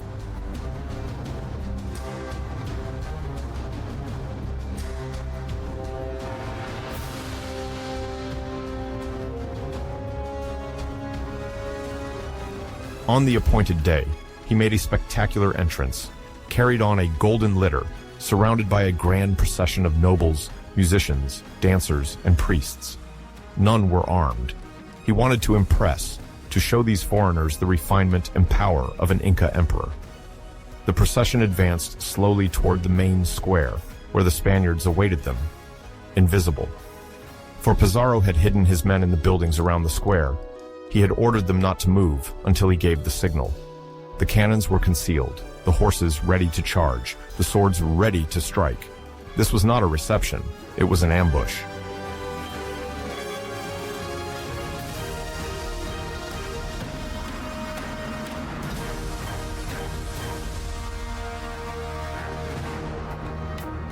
And when Atahualpa finally arrived at the center of the square, a Spanish friar stepped forward to hand him a Bible and demand that he recognize the power of the King of Spain and the Christian God. Atahualpa, neither understanding the book nor the priest's words, rejected the object to the ground.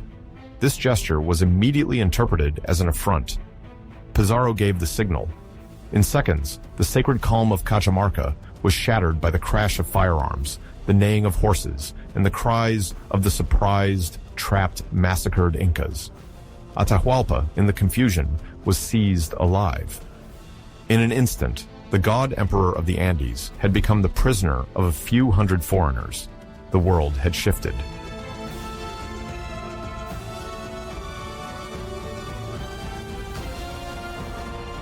From that moment on, Pizarro knew he held the key asset to seize the Inca riches, the emperor himself.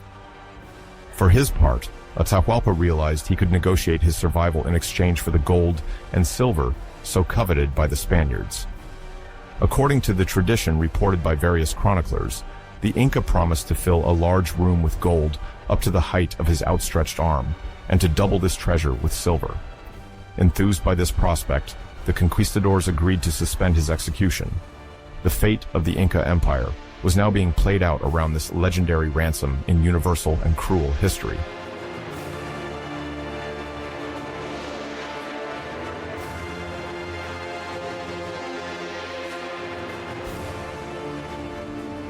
The Inca messengers immediately set out to collect the precious metal from the most prosperous regions, including the temples of the sun, where gold was abundant. Meanwhile, Atahualpa remained captive in Cajamarca. The Spaniards, fascinated by the prospect of receiving fabulous amounts of gold, fostered a climate of mutual distrust. Internal tensions arose among the conquistadors themselves, as each coveted their share of the loot. Diego de Almagro, Pizarro's longtime partner, demanded more recognition, while Pizarro's brothers also demanded their portion.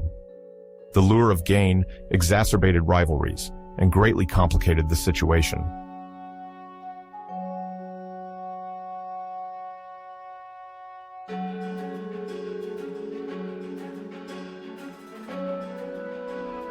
On his part, Atahualpa did not remain inactive. Although imprisoned, he maintained correspondence with the Inca generals to rally reinforcements.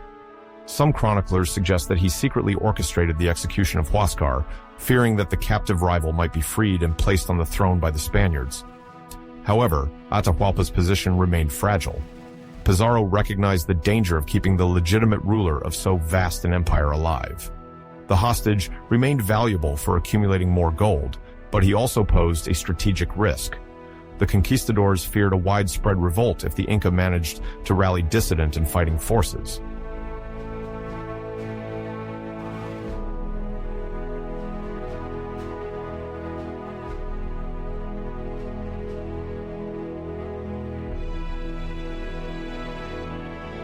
Once the larger portion of the ransom was finally gathered, the sacred objects and royal ornaments were melted down.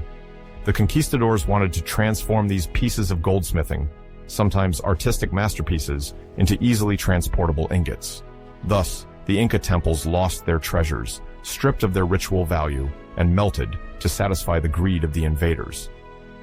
Atahualpa, witnessing this systematic destruction, gauged the magnitude of the threat weighing on Andean civilization. He hoped that the payment of the ransom would allow him to negotiate his freedom, but the Spaniards were already beginning to question his importance as a significant hostage.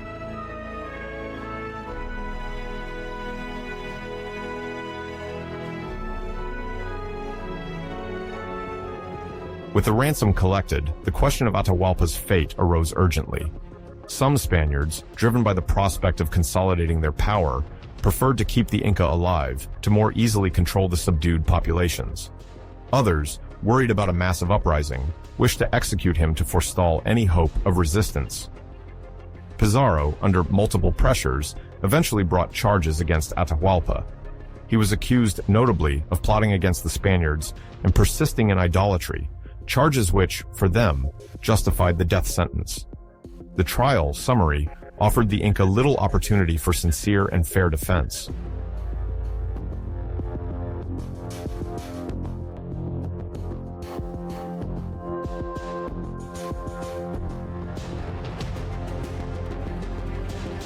The sentence was quickly pronounced. Atahualpa would be burned alive, a punishment decreed to punish his alleged contempt for Christian commandments. However, at the last moment, an alternative appeared. If he accepted baptism, his sentence would be commuted to strangulation. Cornered, the Inca chose to be baptized to avoid the pain of the flames. According to various accounts, this tragic night unfolded in late July 1533. The son of the sun died strangled, deprived of a burial worthy of his rank. This act abruptly ended the supreme authority of the Inca Empire, already shaken by civil war and foreign invasion.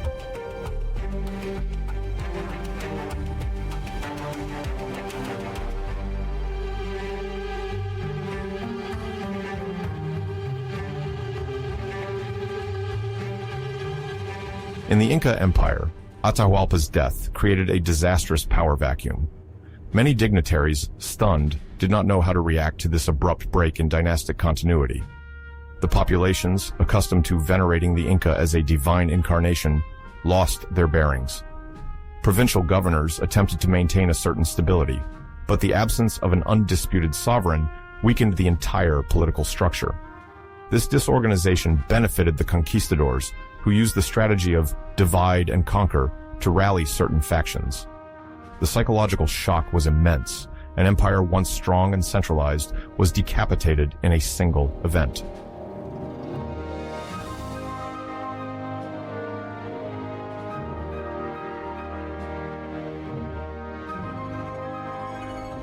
The news of Atahualpa's execution quickly reached other Andean regions, fueling confusion and despair.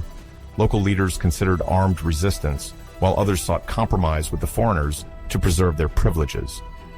Pizarro, having eliminated the central element of Inca power, turned toward the imperial capital, Cusco, determined to impose Spanish domination. Atahualpa's surviving soldiers, demoralized, struggled to reorganize. Moreover, the fear of reprisals prompted many to recognize the conquistadors' authority. The coup at Cajamarca, followed by the execution, became a pivotal moment in the fall of the Inca civilization.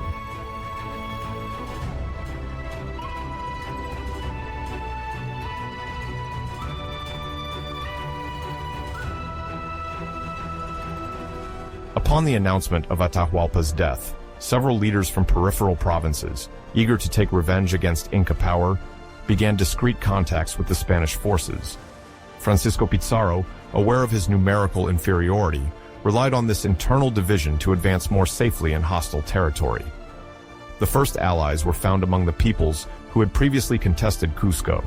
Some had violently opposed the Inca conquest campaigns, but ended up submitting, often under coercion. The accumulated resentment proved to be fertile ground for collaboration with the invaders. The promise of a form of independence or a better life under Spanish control was enough to convince many communities to lend a hand. The Spaniards implied that they would break the Inca order and replace the ruling elite, hoping to ultimately undermine the imperial system.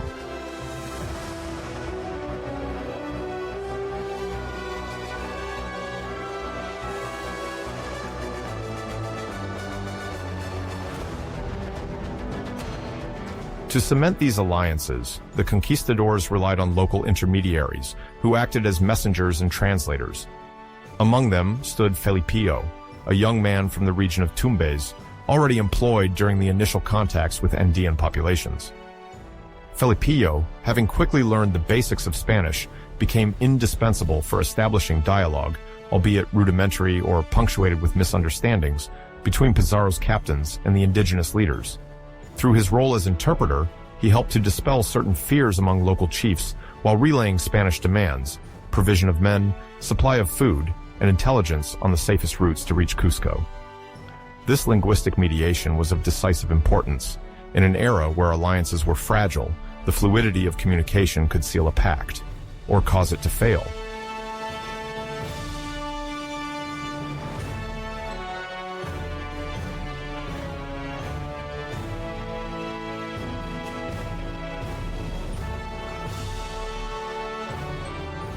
At the same time, the reputation of Spanish power, already reinforced by their victory at Cajamarca, was amplified by tales of horses, firearms, and metal weaponry previously unknown in these regions. The peoples exhibited a fascination mingled with dread at these men who paraded, crouched on large animals, brandishing sharp swords and thundering arquebuses. The technological gap, evident during the first clashes, discouraged many communities from resisting. Accounts recounting Atahualpa's capture highlighted the apparent supernatural power of the Spaniards, which further prompted some populations to make pacts, fearing to suffer the same tragedy as the Inca troops massacred at Cajamarca. Thus, the ascendancy of the conquistadors was not solely military. Shaped by the initial shock, many local factions, seeking to preserve their existence or take advantage of the situation, preferred to welcome them provisionally as allies rather than confront them.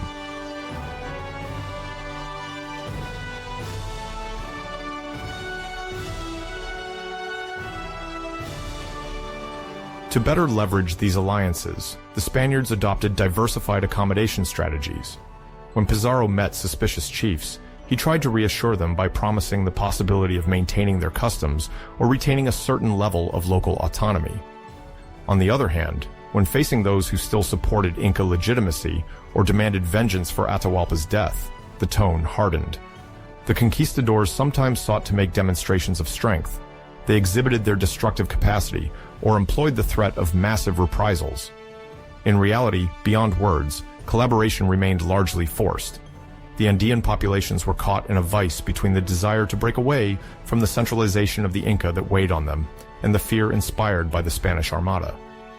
Local chiefs never lost sight of the fact that any real resistance could lead to another massacre. They had not forgotten the fate reserved for Atahualpa's soldiers, fallen under the violence of swords and firearms.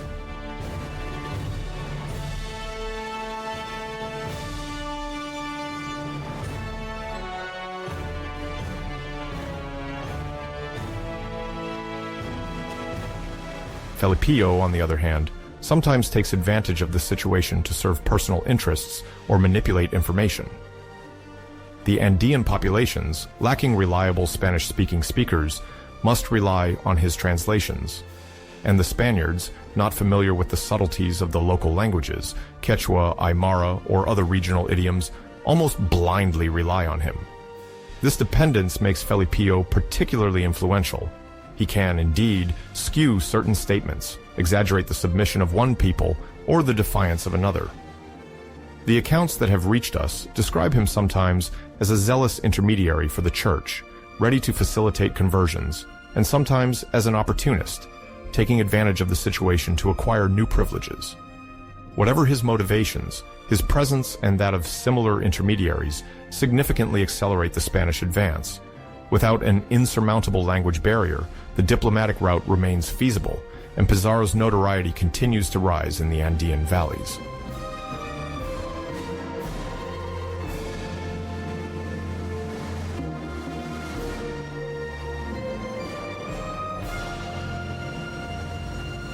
The progression towards Cusco takes place with relative military ease, but not without diplomatic complications. In the fall of 1533, Francisco Pizarro and his men finally reached the outskirts of Cusco. Accounts vary on the exact behavior of the conquistadors upon their arrival. Some reports describe a capital already partially deserted, while others mention quick skirmishes with retreating Inca troops. Regardless, the entry into the city results in a significant cultural shock. The Europeans discover monumental architecture, perfectly fitted stone walls, imposing-looking large temples, and wide plazas, whose layout reveals a concern for urban harmony, strengthened by centuries of Inca administration.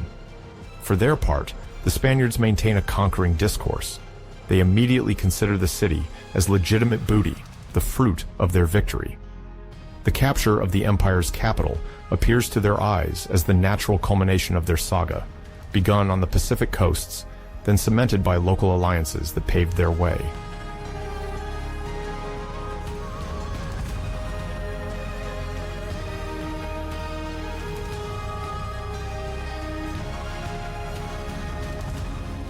Very quickly, the sacking of the city begins. The conquistadors, driven by a thirst for gold and silver, rush into the palaces and temples, recovering everything of value. Ritual objects made of precious metals, sumptuous ornaments, statues, and sacred relics. Chroniclers note that some treasures had already been dispersed or safeguarded since the Incas, forewarned of the Spanish greed, had sought to remove from the center of Cusco what could be stolen. Nevertheless, the scale of the plunder remains considerable. The conquistadors then display their spoils, hoping to evoke admiration or jealousy, and the division of these treasures becomes a recurrent cause of internal discord. Each officer reaffirms their bravery and demands their share, while lower-ranking soldiers often complain about the inequity of the distribution. From time to time, Pizarro intervenes to calm the tensions, promising even more riches once the conquest is fully consolidated.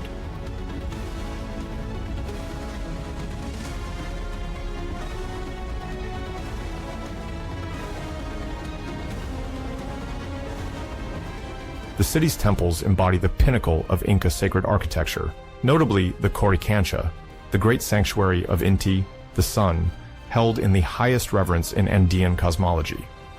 This site, adorned with gold plates, deeply fascinates the Spaniards.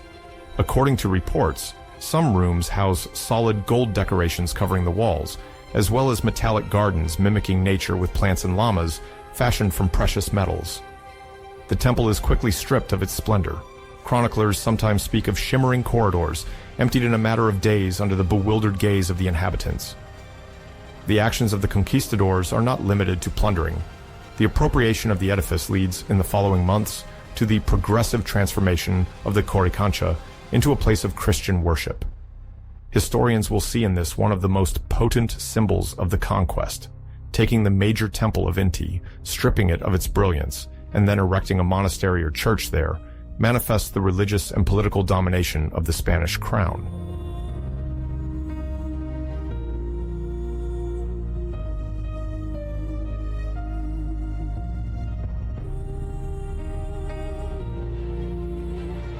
During this period of chaos, Francisco Pizarro and his entourage deemed it opportune to appoint a new Inca to maintain an appearance of continuity and prevent the entire population from rising up. The choice fell on Manco Inca, a figure from the royal lineage, but considered relatively pliable. A younger half-brother or close relative of Huáscar, according to different sources, Manco Inca was primarily seen as a convenient means to legitimize Spanish power in the eyes of the local population. By holding the title of Sapa Inca, he would give the impression that an imperial authority remained, although in reality, any critical decision was made by the conquistadors. Thus, the figure of the puppet Inca was established, meaning a facade sovereign whose image was exploited to ease tensions and attempt to rally a disoriented Inca population to the new order.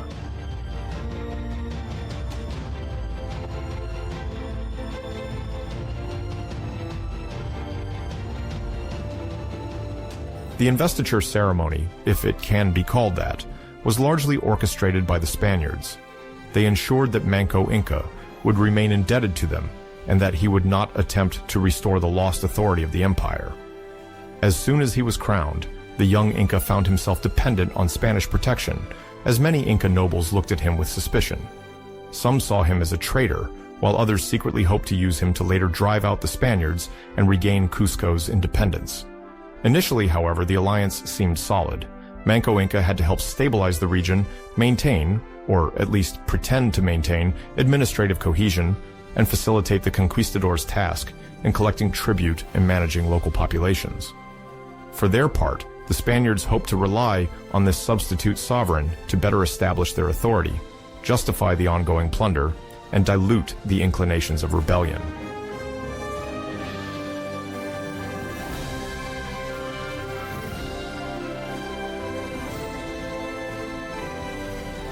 For the time being, this method proved effective.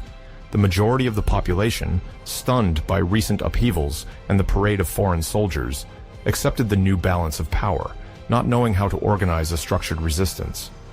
The uncertainties linked to Atahualpa's death, the fear of Spanish reprisals, and internal divisions heavily weighed on attempts at opposition. The sack of Cusco marked a pivotal stage in the conquest of the Inca Empire. For the first time, the Spaniards settled at the heart of the former imperial power, seized religious symbols, and succeeded with the appointment of Manco Inca, in reshaping the traditional order in appearance. In reality, authority no longer came from the Panacas, the noble lineages, nor from a truly sovereign Sapa Inca, but from a group of European adventurers, protected by a distant crown and determined to seize all of the empire's assets.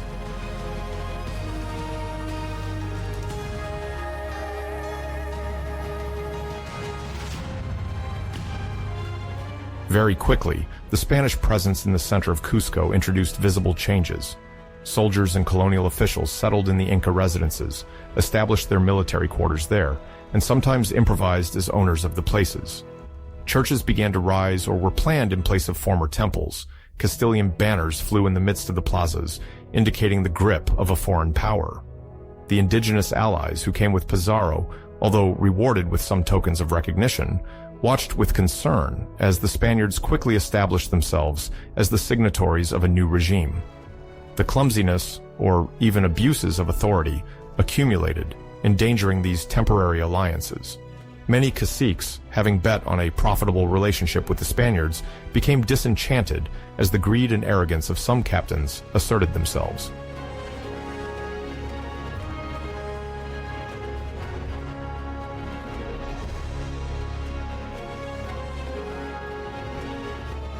Despite his arranged coronation, Manco Inca was not ignorant of the violence employed by the conquistadors nor of their ambitions of plunder.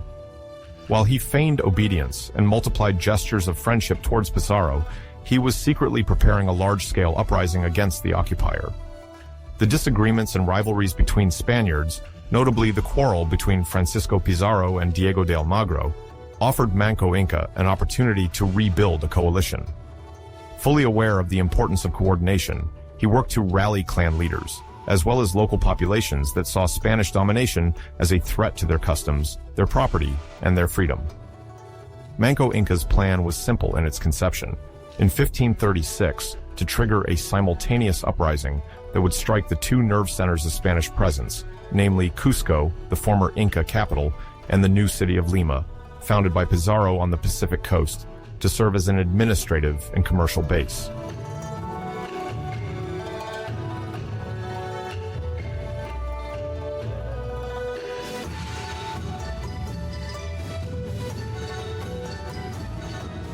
At the beginning of the year 1536, Manco Inca ostentatiously left Cusco with permission to go honor the memory of his ancestors in a neighboring region. In reality, he went to the surrounding mountains to mobilize thousands of warriors. Ill-prepared for an uprising of this magnitude, the Spaniards did not suspect the extent of the threat.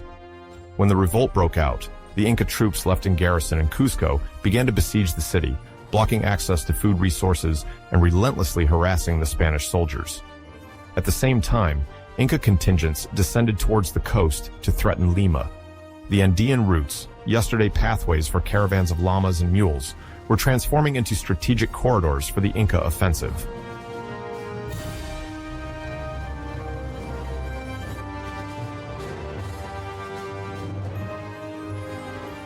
Faced with this well-coordinated offensive, the Spaniards found themselves in a critical situation. Gonzalo Pizarro, one of Francisco's brothers, was besieged in Cusco for months. The Spanish soldiers, unaccustomed to the high altitude and understrength, could hardly lead assaults on steep terrain. The Incas, on their part, had a good knowledge of the terrain and used the Andes' natural fortifications to carry out ambushes. For a while, victory was a real possibility for Manco. His warriors temporarily regained some strongholds around Cusco and even threatened to fully reoccupy the city.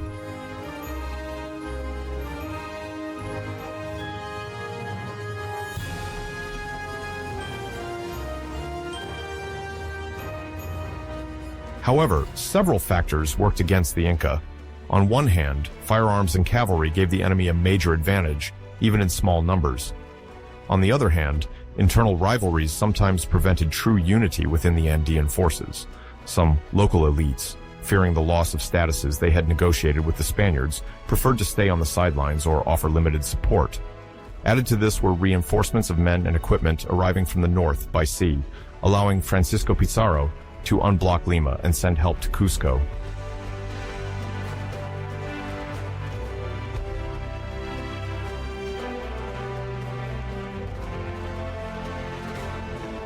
Eventually, after long months of clashes, the revolt of 1536 could not lead to the total reconquest dreamed of by Manco Inca. The Spaniards managed to loosen the noose around Cusco, and little by little, the Inca forces had to retreat. Realizing he could no longer defend his positions on multiple fronts, Manco Inca chose to withdraw to the eastern part of the range, in the Vilcabamba region. Nestled in the jungle of the Andean Amazon, Vilcabamba became a natural refuge, difficult for the enemy to access. There, the Inca hoped to organize a longer-lasting resistance, even if it meant transforming his struggle into a form of guerrilla warfare on a territorial scale.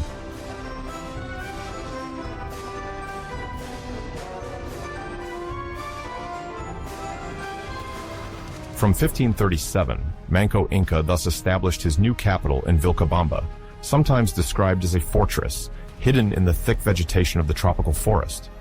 This enclave, located east of the range, boasted rugged terrain, conducive to defense. The torrential streams and lush vegetation also complicated the Spaniards' progress, who preferred to focus on territories of high economic value, such as the highlands and the coast. Thanks to these geographic advantages, the Vilcabamba region became the heart of a residual Inca state, which some historians call the Neo-Inca. This Neo-Inca power still relied on the traditional structure of the empire. Manco Inca remained the legitimate Sapa Inca in the eyes of many Andeans, and he surrounded himself with advisors, nobles, and military leaders who recognized his authority.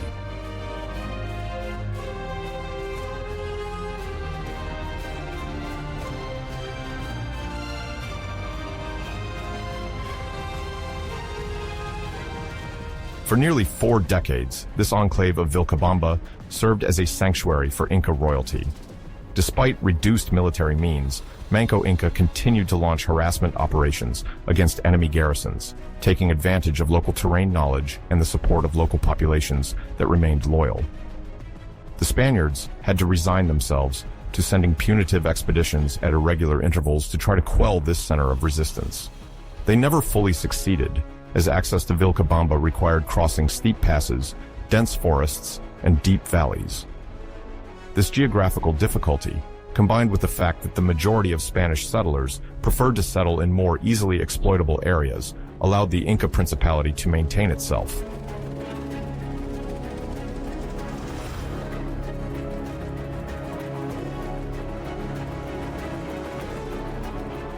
However, this survival was not without internal tensions and dramas. Manco Inca himself was assassinated in 1544, the victim of a plot hatched by former Spanish companions who had followed him in his flight, then turned against him over issues of treatment and the sharing of loot. His death created a power vacuum and a climate of uncertainty. The future of the Neo-Inca depended on his heir's ability to maintain royal legitimacy and consolidate a semblance of administration.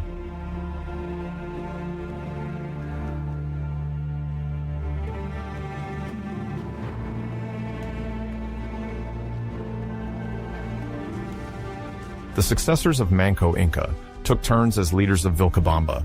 Siri Tupac was the first to proclaim himself heir, then Titu Cusi Yupanqui, and finally Tupac Amaru I. Each of them had to cope with an environment increasingly dominated by the Spanish. Negotiation attempts, often encouraged by religious orders such as the Dominicans or Franciscans, sometimes gave the illusion of a possible peace. Some Spanish emissaries entered Vilcabamba to propose agreements, while Inca messengers went to Cusco or the new city of Lima. However, the conditions of surrender remained very harsh for the Incas, as the Spanish, now better organized and benefiting from reinforcements from Europe, did not intend to give up an inch of territory.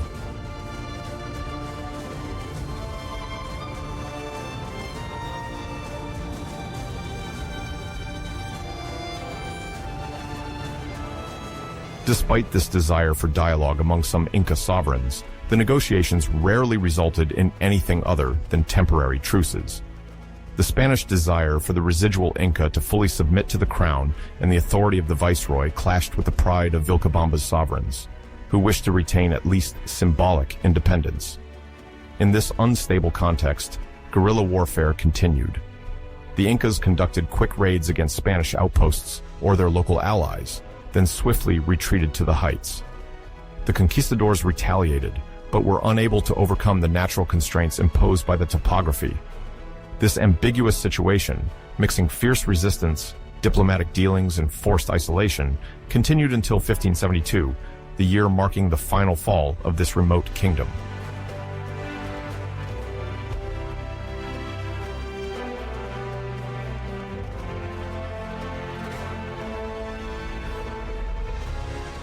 During this period, Siri Tupac, one of Manco Inca's sons, was for a time inclined to negotiate and even agreed to leave Vilcabamba to be baptized and live a relatively comfortable life under Spanish supervision. His disappearance left the throne to Titu Cusi Yupanqui, who died under murky circumstances in 1571.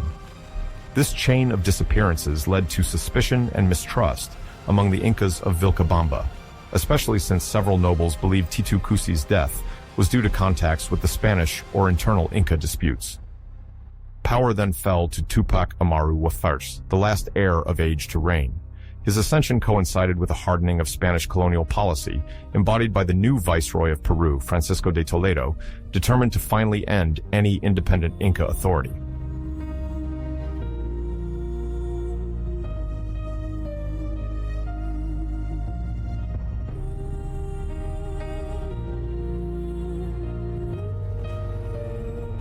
By 1572, the mere existence of the Neo-Inca in Vilcabamba had become unacceptable in the eyes of the Spanish colonial authorities. The nascent empire of Peru now had consolidated urban centers, such as Lima, Cusco, repurposed and heavily Hispanicized, and various mining towns, the exploitation of which generated significant revenues for the Crown of Spain. The viceroy Francisco de Toledo, sent by Philip II, considered it time to pacify the entire Andean region to establish a stable colonial order and maximize the subjugation of the populations to the encomienda system and the MTA reorganized for the benefit of the settlers. Vilcabamba was no longer seen as a mere refuge, but as a threatening anomaly, a potential rebellion hotspot likely to inspire other resistance movements in the Andean valleys.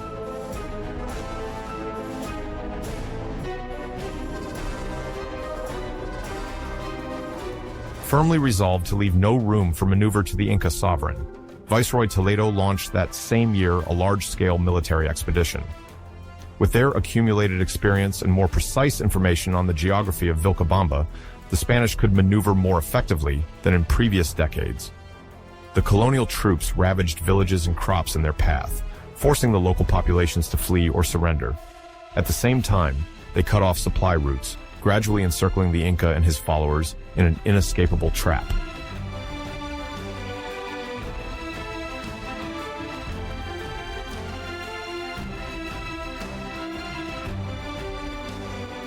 Tupac Amaru I, aware of the imminent danger, tried to organize the defense. However, his forces were considerably reduced. The most seasoned generation, those who had fought alongside Manco Inca, or had participated in past operations, was no longer numerous enough. Some renowned military leaders had perished over the course of skirmishes, while others, weary of conflict, had surrendered to obtain Spanish clemency. In this final confrontation, the disparity in forces was such that the resistance prepared by Tupac Amaru could not prevent the Spanish advance towards the heart of Vilcabamba. When the armed columns entered the fortified city and took control, the Inca left the place to attempt to seek refuge in the jungle to the east. Alas, a Spanish detachment eventually intercepted him. Tupac Amaru. I was captured, chained, and taken to Cusco.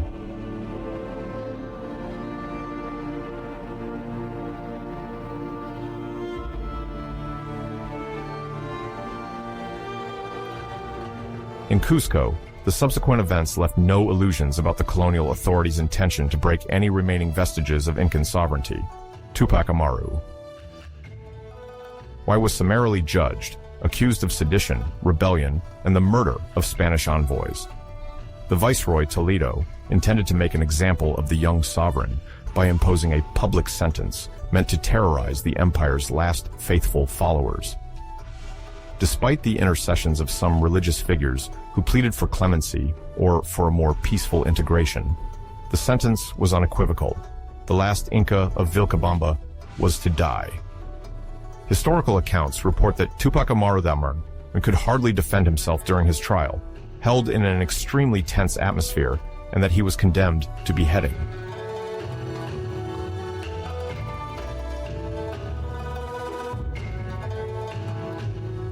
On September 24, 1572, Tupac Amaru was brought to the main square of Cusco, under the gaze of a crowd composed of Spaniards, indigenous allies, and mere onlookers.